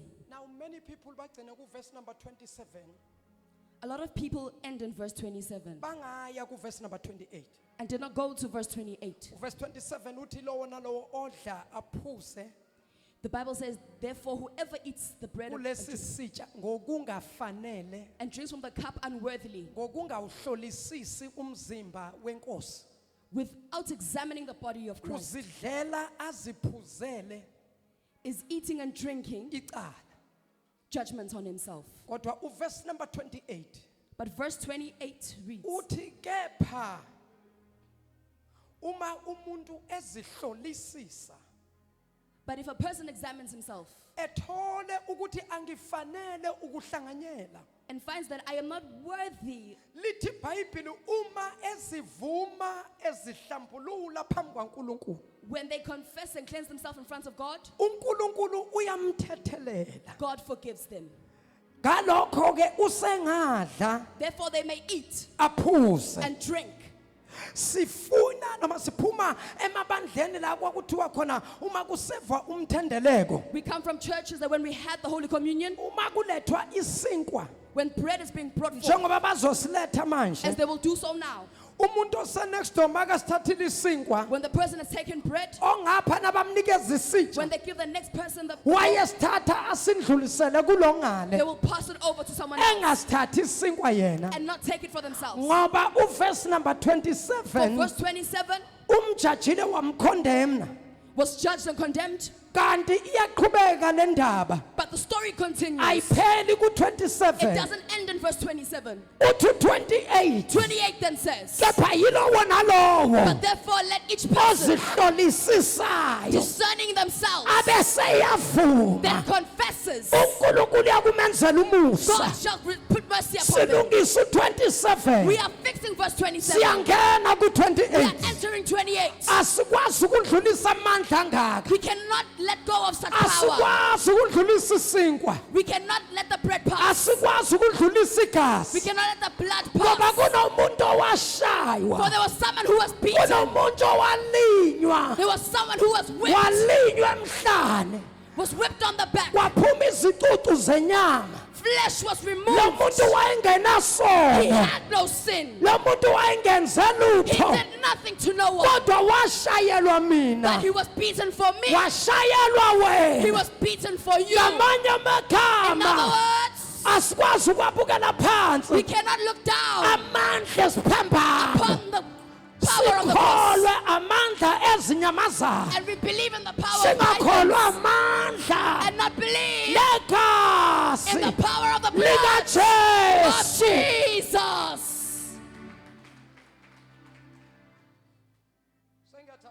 I am praying. Oh, hallelujah. I want to give people a chance. Ngifuna ukunika abantu ithuba. Abantu iBhayibheli likhuluma ngabo kuvesi number 27. In verse 27 that God is speaking about. Omunye umuntu angabuza umbuzo uthi baba onjani umuntu ongafanelwe? Njoba lithi iBhayibheli those who are not worthy. Lisho ukuthini iBhayibheli? What does the Bible say? Ongafanelwe, Who is unworthy, ongawuhlolisisanga umzimba wenkosi. who did not discern the body of Christ. Lichaza ukuthi number 1 umthendeleko udliwa umuntu ongazani noJesu. It means the Holy Spirit is eaten by someone who knows God. Akakwazi umuntu ongakholwa ukudla noma ukuhlanganyela kumthendeleko. An unbeliever cannot have Holy Communion. Umthendeleko isidlo sikaNkulunkulu sabazalwane.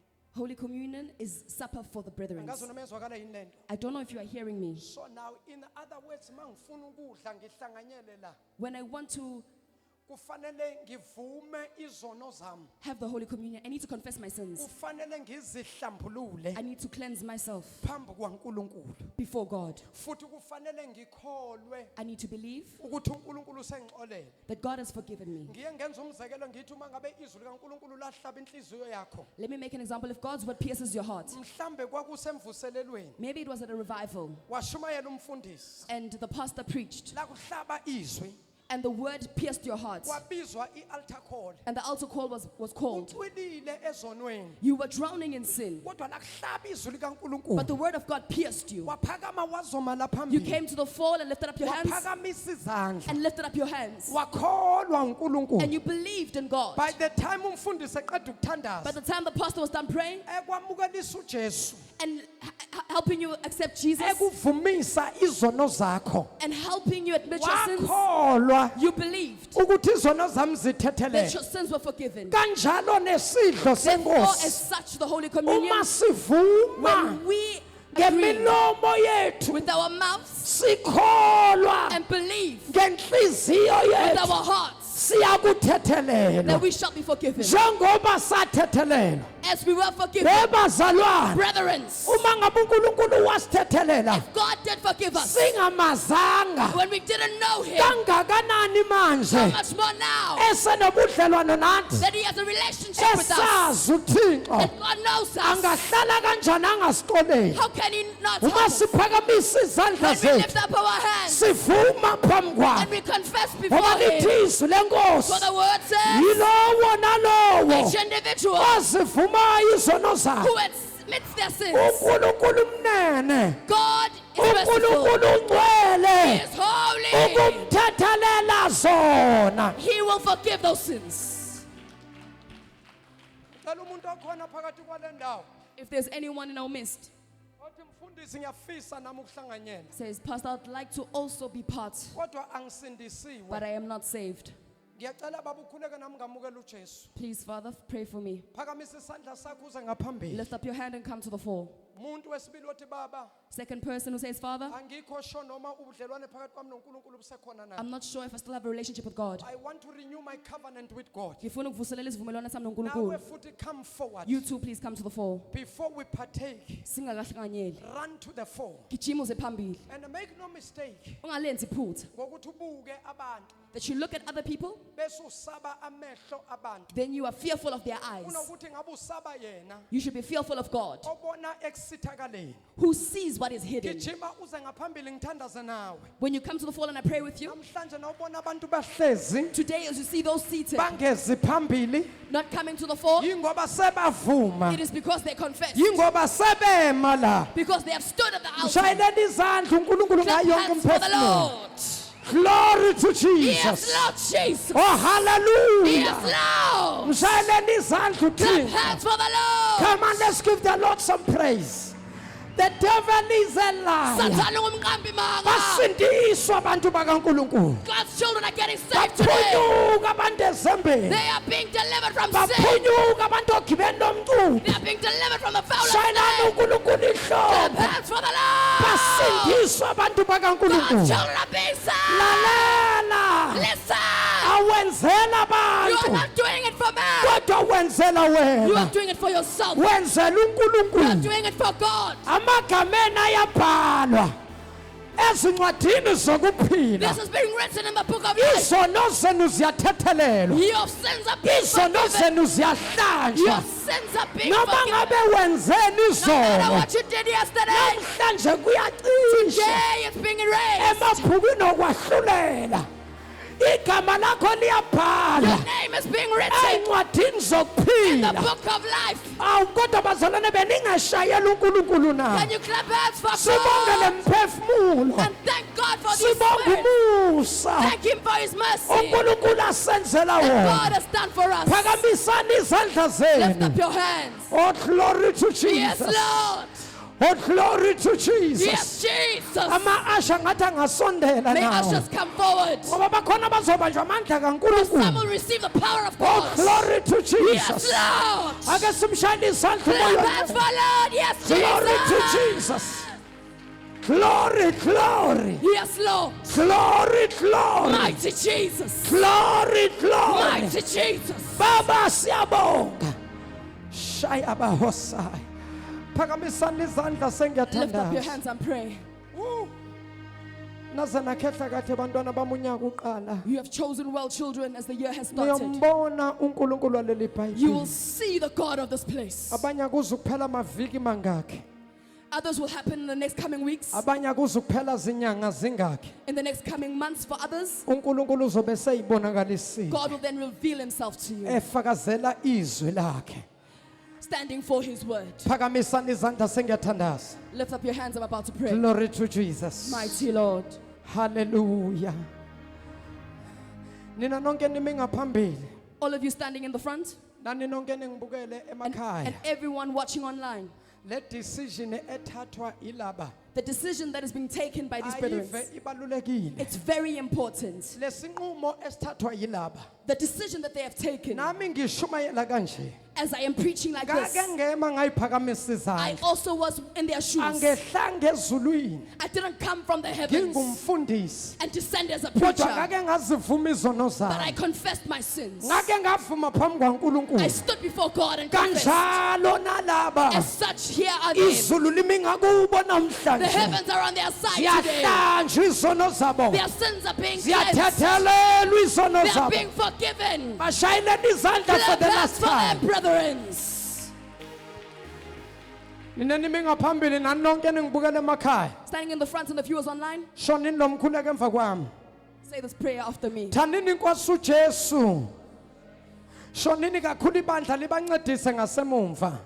Nkosi uJesu. Ngilizwile izwi lakho. Namhlanje ngiyavuma ukuba wena uyinkosi nomsindisi wempilo yami. Nkosi uJesu, ngicela ungithethelele zonke izono na wonke amacala engikwenzileyo ngaphambi kobuso bakho. Nkosi uJesu, ngicela ubhale igama lami eincwadini zokuphila, ulesule eincwadini zokufa. Wena Sathane namadimoni akho nemimoya yakho namhlanje ngiyakudivosa. Ngithi awusenamandla, awusenagunya empilweni yami. Ngisindisiwe, ngingumntwana kaNkulunkulu ophilayo. Ngiyabonga Nkosi uJesu ngomusa wakho. Amen. Amen. Amen. Amen. Amen. Shayelani uNkulunkulu ihlombe elikhulu. Clap hands for the Lord. Shayelani inkosi izandla ezinkulu. Clap hands for the May the Lord. Lord bless you and keep you. May the Lord bless you and keep you. May the Lord bless you and keep you. May the Lord bless you and keep you. May the Lord bless you and keep you. May the Lord bless you and keep you. May the Lord bless you and keep you. May the Lord bless you and keep you. In the mighty name of Jesus. May the Lord bless you and keep you. May the Lord deliver you. May the Lord bless you. May the Lord keep you. In the mighty name of Jesus. May the Lord set you free. In the mighty name of Jesus. Mshayeleni izandla kakhulu Clap uNkulunkulu. hands for the Lord. Bashayeleni izandla basaphindele emuva. Clap hands as they're returning to their seats. Ibandla lonke lime May the ngezinyawo. church stand on their feet. Konzo yethu sifinyelele Our emaphethelweni. service has come to the end. Cela ukukhuleka I'd like to pray ngibusise leli tafula lenkosi. and bless the table of the Lord. Baba wethu ongcwele. uNkulunkulu wethu lona amandla wonke. Baba wethu oyingcwele siyabonga. Silizwile Nkosi izwi lakho. Baba siyabonga namhlanje. Nganali igazi na umzimba. Nali tafula Nkosi osilungisele lona. Baba wethu namandla wonke. Siyakhuleka ke uNkulunkulu wethu. Siyasibusisa lesi sinkwa esingumzimba. Siyasibusisa lesi sitsha. Siyalibusisa leli wayini eligazi lakho. Baba wethu namandla wonke sanctify uNkulunkulu ongcwele this bread and sanctify this blood. We know, Father, that your blood has been sanctified. But for the sake of Almighty God, in the mighty name of Jesus, for the sake of the hands, uNkulunkulu oyingcwele ezithinta leli wayini, zathinta lesi sinkwa, zingazani nawe uNkulunkulu. We pray and we sanctify this bread. We sanctify this wine. In the mighty name of Jesus Christ, the Son of the living God. Bless this table, Almighty God. I speak healing and deliverance upon your people. I speak restoration, Almighty God. I speak the restoration of the new covenant upon our lives. In Jesus' mighty name we pray. Amen and amen and amen and amen. Let's clap hands for May the God. Lord set you free, my sister, in the name of Jesus. May God deliver you in the name of Jesus. Father, we thank you for your grace and your mercy in Jesus' name. Amen. I declare you free today in Jesus' name. For the last time, Let's clap hands for the Lord, brethren. ngiyacela obaba ababili bazothatha isinkwa bangene kuma ayile singahlala phansi bangcwele. We may see the brethren. Isinkwa obaba ababili, May two fathers take the bread, ubaba oyedwa bese landela ubaba ophethe isinkwa ngewayini. and may one father have bread, one have the wine, and follow each other. Engicela abazalwane bakwenze, ngicela sikwenze ngeorder. May we do it in order, brethren. Ngicela babakunikeza isinkwa ungasidli, When they give you the bread, do not consume it or eat it. usibambe kanjalo Hold it, please, until mina ngikutshela ukuthi usungadla, until I may tell you that you may eat, until futhi ngikutshela ukuthi usungaphuza. until I tell you that you may drink. Ngoba manje ngicela ukuthi ukubambe kuwe. For now, please hold it. Usuthandazile, You have prayed. usukhulekile kuNkulunkulu. You have prayed to God. Kholwa ukuthi uNkulunkulu usexolele. Believe that God has forgiven you. Kholwa ukuthi uNkulunkulu useyithethelele Believe that He has forgiven you zonke izono. all the sins. Glory to Jesus. Makadunyiswe Ngoba uJesu. lithi izwi likaNkulunkulu noma ngabe zibomvu kwegazi. Kodwa umuntu mayezivuma phambi kwaNkulunkulu, But when someone uNkulunkulu uyamthethelela. confesses their sins to God, God forgives them. Ngiyacela nje bobaba bami nithi ukuhamba nisheshe. May the fathers please be a little bit in a While hurry. you are sitting nawe ungazi khulekela. You may also intercede. Hlala phansi baba. Oh, ngoba namhlanje wamukela inkosi asikuseve. Uyisikhulu namhlanje. Father, because Uyasevwa. you Hlala have lapha nje accepted baba. Christ today, we will Wamukela serve inkosi you. emshayeleni izandla. Clap hands for him, brethren. Usho namhlanje ulizwe kahle izwi lenkosi. Glory to Jesus. Mighty Lord. Cela nje i-team yami lapha basheshe kulandele iwayini ngasemumva. Ube nje ukhuluma Nkosi yami noNkulunkulu. Intercede with and speak to God. Glory to Jesus. Mighty Lord. Hallelujah. Mighty Jesus. Oh, hallelujah. Abeyiswa. Oh, beyiswa. Gufeni. Tembika zilemva. Oh, beyiswa.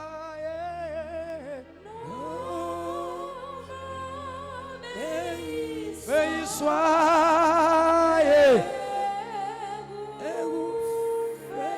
Bona bethembe.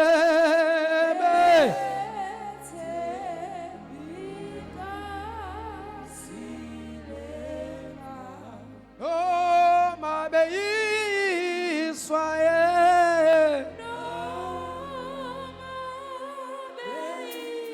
Beyiswa.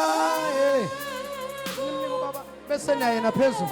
Bona bethembe.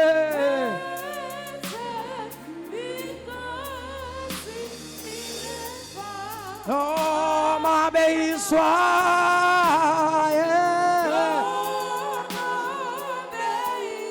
Beyiswa. Bona bethembe. Awu kodwa Nkosi yami Jesu. Noma beyiswa. Beyiswa. Bona bethembe.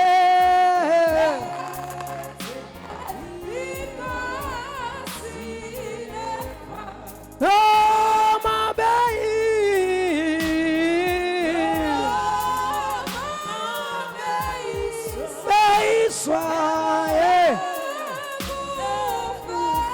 Bona bathembe. Bathembika. Kodwa applause Nkosi yami. Noma beyiswa.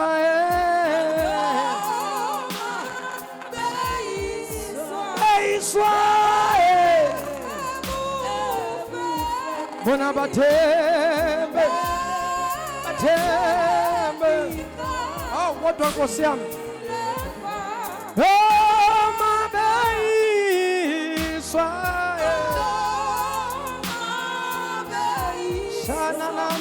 Mana Shiba baba bobo saye Shina mandele bosaya. Oh Lord Jesus. No beyiswa bona. Beyiswa bona betambikazi.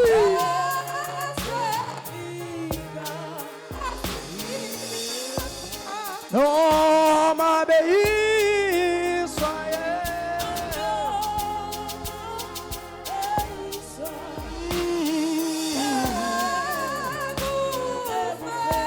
Bona bathembile.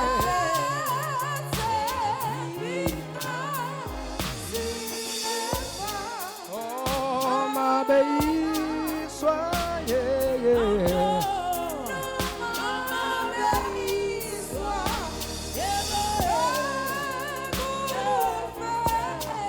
Tembe ikasi. Oh, my beyiswa.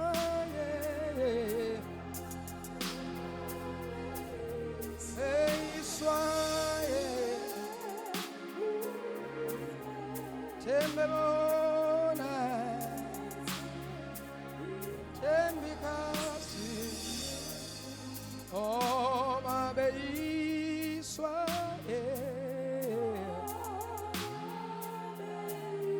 Beyiswa. Tembelona.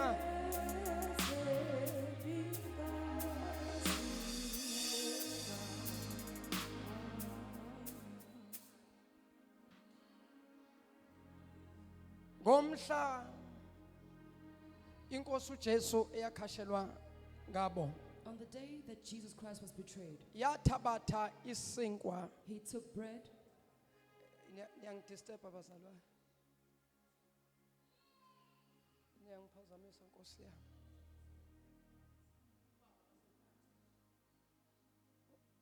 Awuthola ngaba? How? Kanjani? Kodwa ngisho bekufanele nimuphe isinkwa. Bese manje seva ngisho ngathi namhlanje uyasevwa bese nimnika iwayini. Usevwa yimi namhlanje. Hallelujah. Usakhona ongatholile? Is there anyone who hasn't received? Everybody utholile isinkwa. Wonke umuntu has Everybody uphethe iwayini. Does everyone have wine? Lithi izwi lenkosi verse number 23. Verse number 23 says, Ngomhla inkosi uJesu eyakhashelwa ngalo. on the day Jesus Christ was betrayed, Yathabatha isinkwa yabonga, he took bread and he gave thanks. yabe seyisihlephula. Then he broke it.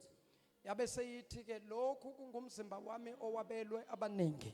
He said, this was my flesh. Ngakho kudleni njalo uma ningikhumbula. Therefore eat it as often as you remember me. Singadla isinkwa esumzimba wenkosi. You may eat the bread which is the flesh of the Christ.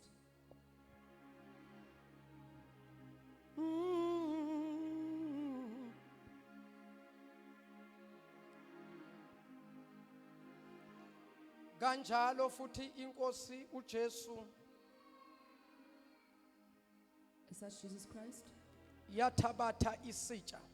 took the cup Yathi lokhu kuligazi lami and said, this is my blood. elichithekile ngenxa yabaningi. It was spilled because of many. Ngaso sonke isikhathi uma nithabatha lesi sitsha As often as you take this cup niphuza kulesi sitsha and drink from it, nimemezela ukubuya kwenkosi you are declaring the return of Christ, nokuvuselela isivumelwano esisha with the renewal of the covenant kuyitestamente elisha. in the New Testament. Singaphuza igazi lika Jesu. You may drink the blood of Jesus.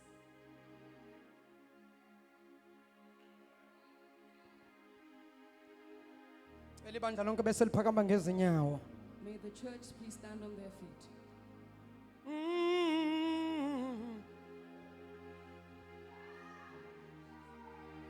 Ela mama babusi.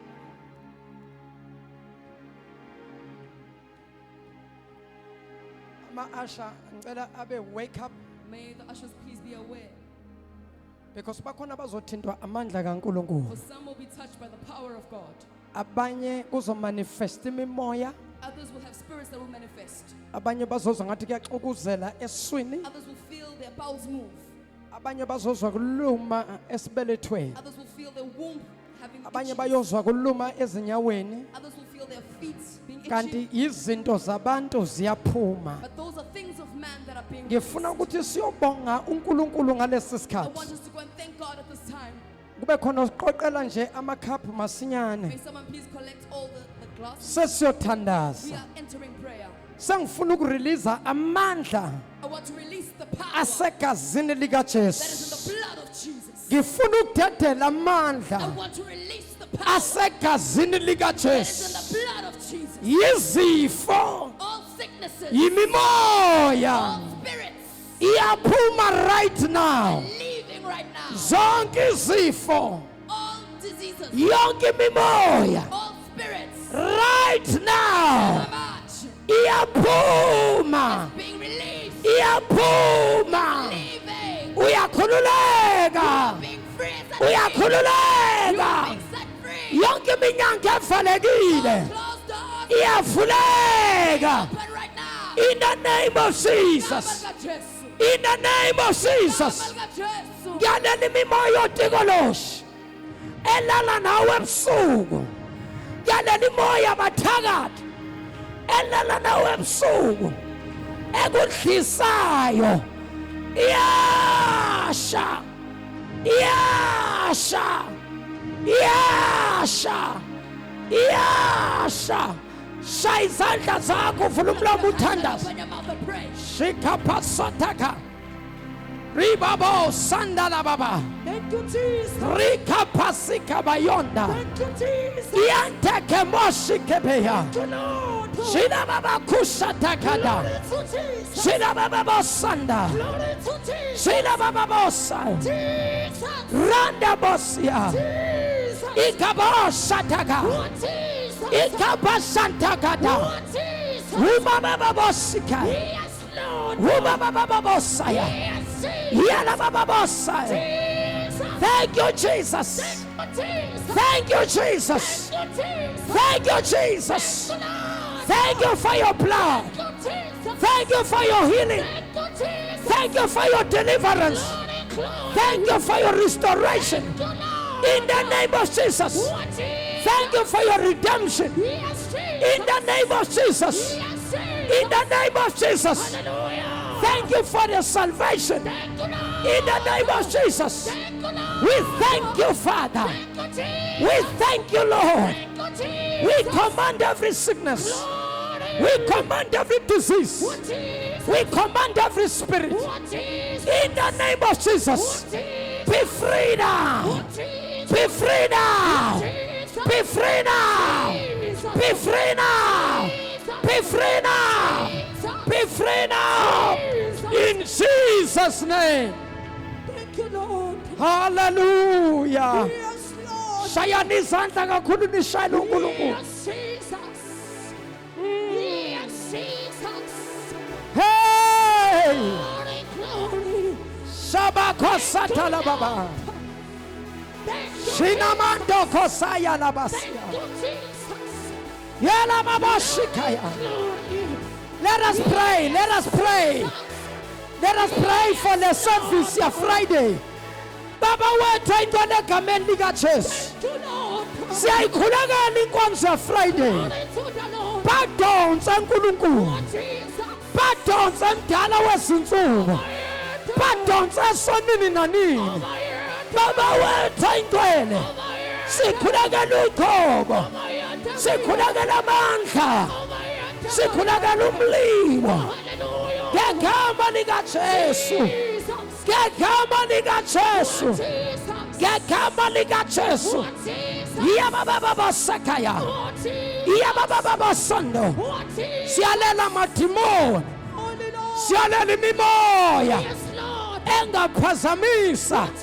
Siyayibopha siyayinqoba. In Jesus' name. Amen. Glory to the Lord. Amen. Hallelujah. Asimshayeleni ihlombe elikhulu uNkulunkulu. Bayede. Thank you, Jesus. Shayeleni isandla esikhulu umoya ingcwele. Thank you, Jesus. For the last time asiphindeni sishayela uNkulunkulu izandla. Let's clap hands for the Lord. Sicela bomama bashiftele. Ngiyacela ukubeka bonke abantu izandla masinyane I'd like to lay hands on brethren very quickly egameni lenkosi ethu Jesu. in the mighty name of Jesus. Ngifuna ukubeka nje izandla kodwa igazi lika Jesu seliwenzile I'd umsebenzi. like to pray for you, but the blood of Jesus has already done the job. Laphala ngilinda abantu beze phambili. Igazi lakhe Jesus. laphala. Everybody come. Igazi la Jesu yena wayele. Mighty Jesus. Father, I speak your healing.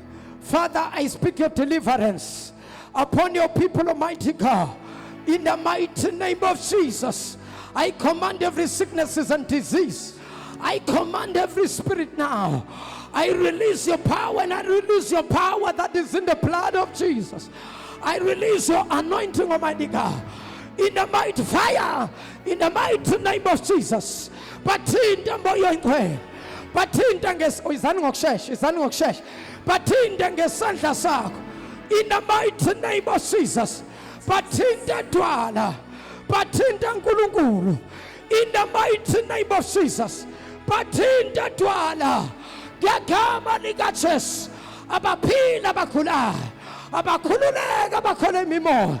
Ngegama lika Jesu. Ngegama lika Jesu. Ngegama lika Jesu. Ngegama lika Jesu. Ngegama lika Jesu.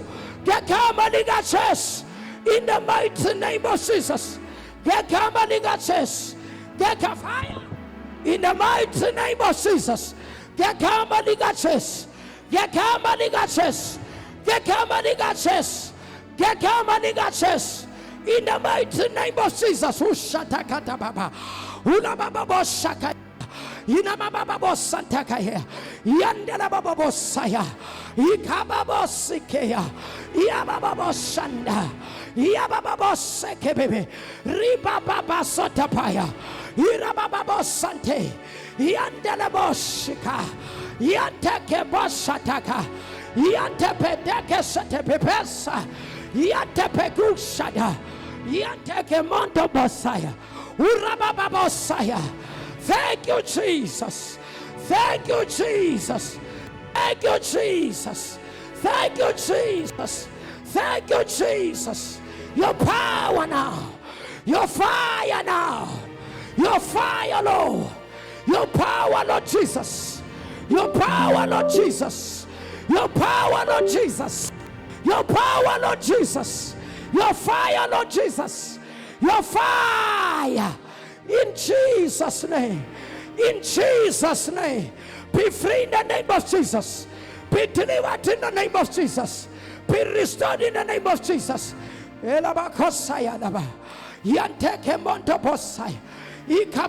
Fire. Fire in the name of Jesus.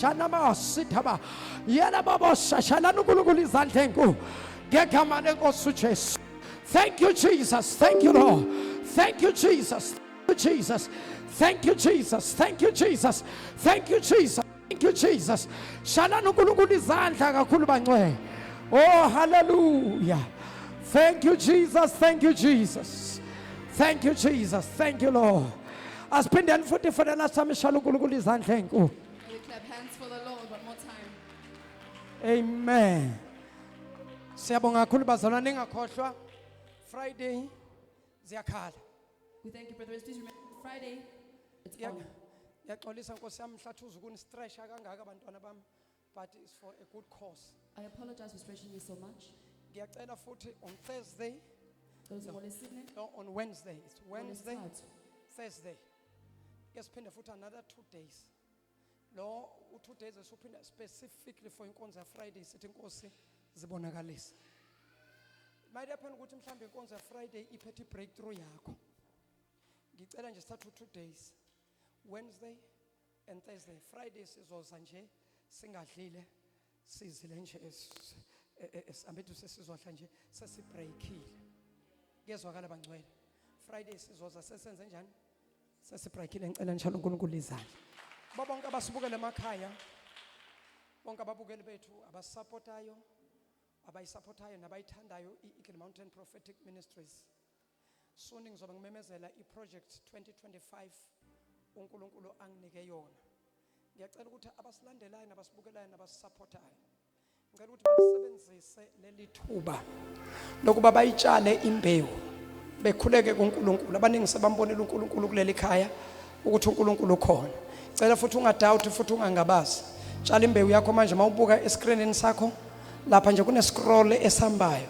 Sinama banking details, ungavela uthathe lawo ma details lawo, uchoose ibank olisebenzisayo bese utransfere umnikelo wakho, unikele umnikelo wakho. Umunye abhale phansi ngepeni ngakusasa njengoba kuyiMonday aye ku ATM efike edeposit egameni lenkosi uJesu lapha ku reference abese kayabhala i-cell phone number yakhe noma igama lakhe ne cell phone number. uNkulunkulu akubusise usenza njalo. I am your apostle MJ Shabalala.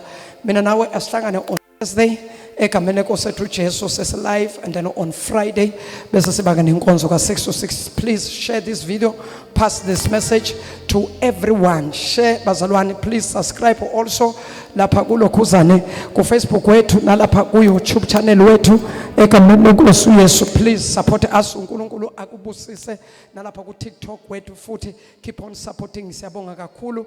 uTikTok usebenza ngendlela emangalisayo. Many people basaze ngaye uTikTok, ama clip adlalayo, the full sermon zona zitholakala ngale ku-YouTube. I am your Apostle MJ Shabalala. Thank you so much. May the good Lord bless you. I speak grace and favor upon you. As we are starting a new week, I speak grace and I speak favor. kaNkulunkulu. This week I speak nothing but grace. Grace upon you. From today, grace going forward. May God show up. May God shine his face upon you. I am your Apostle MJ Shabalala. Salute. God bless you.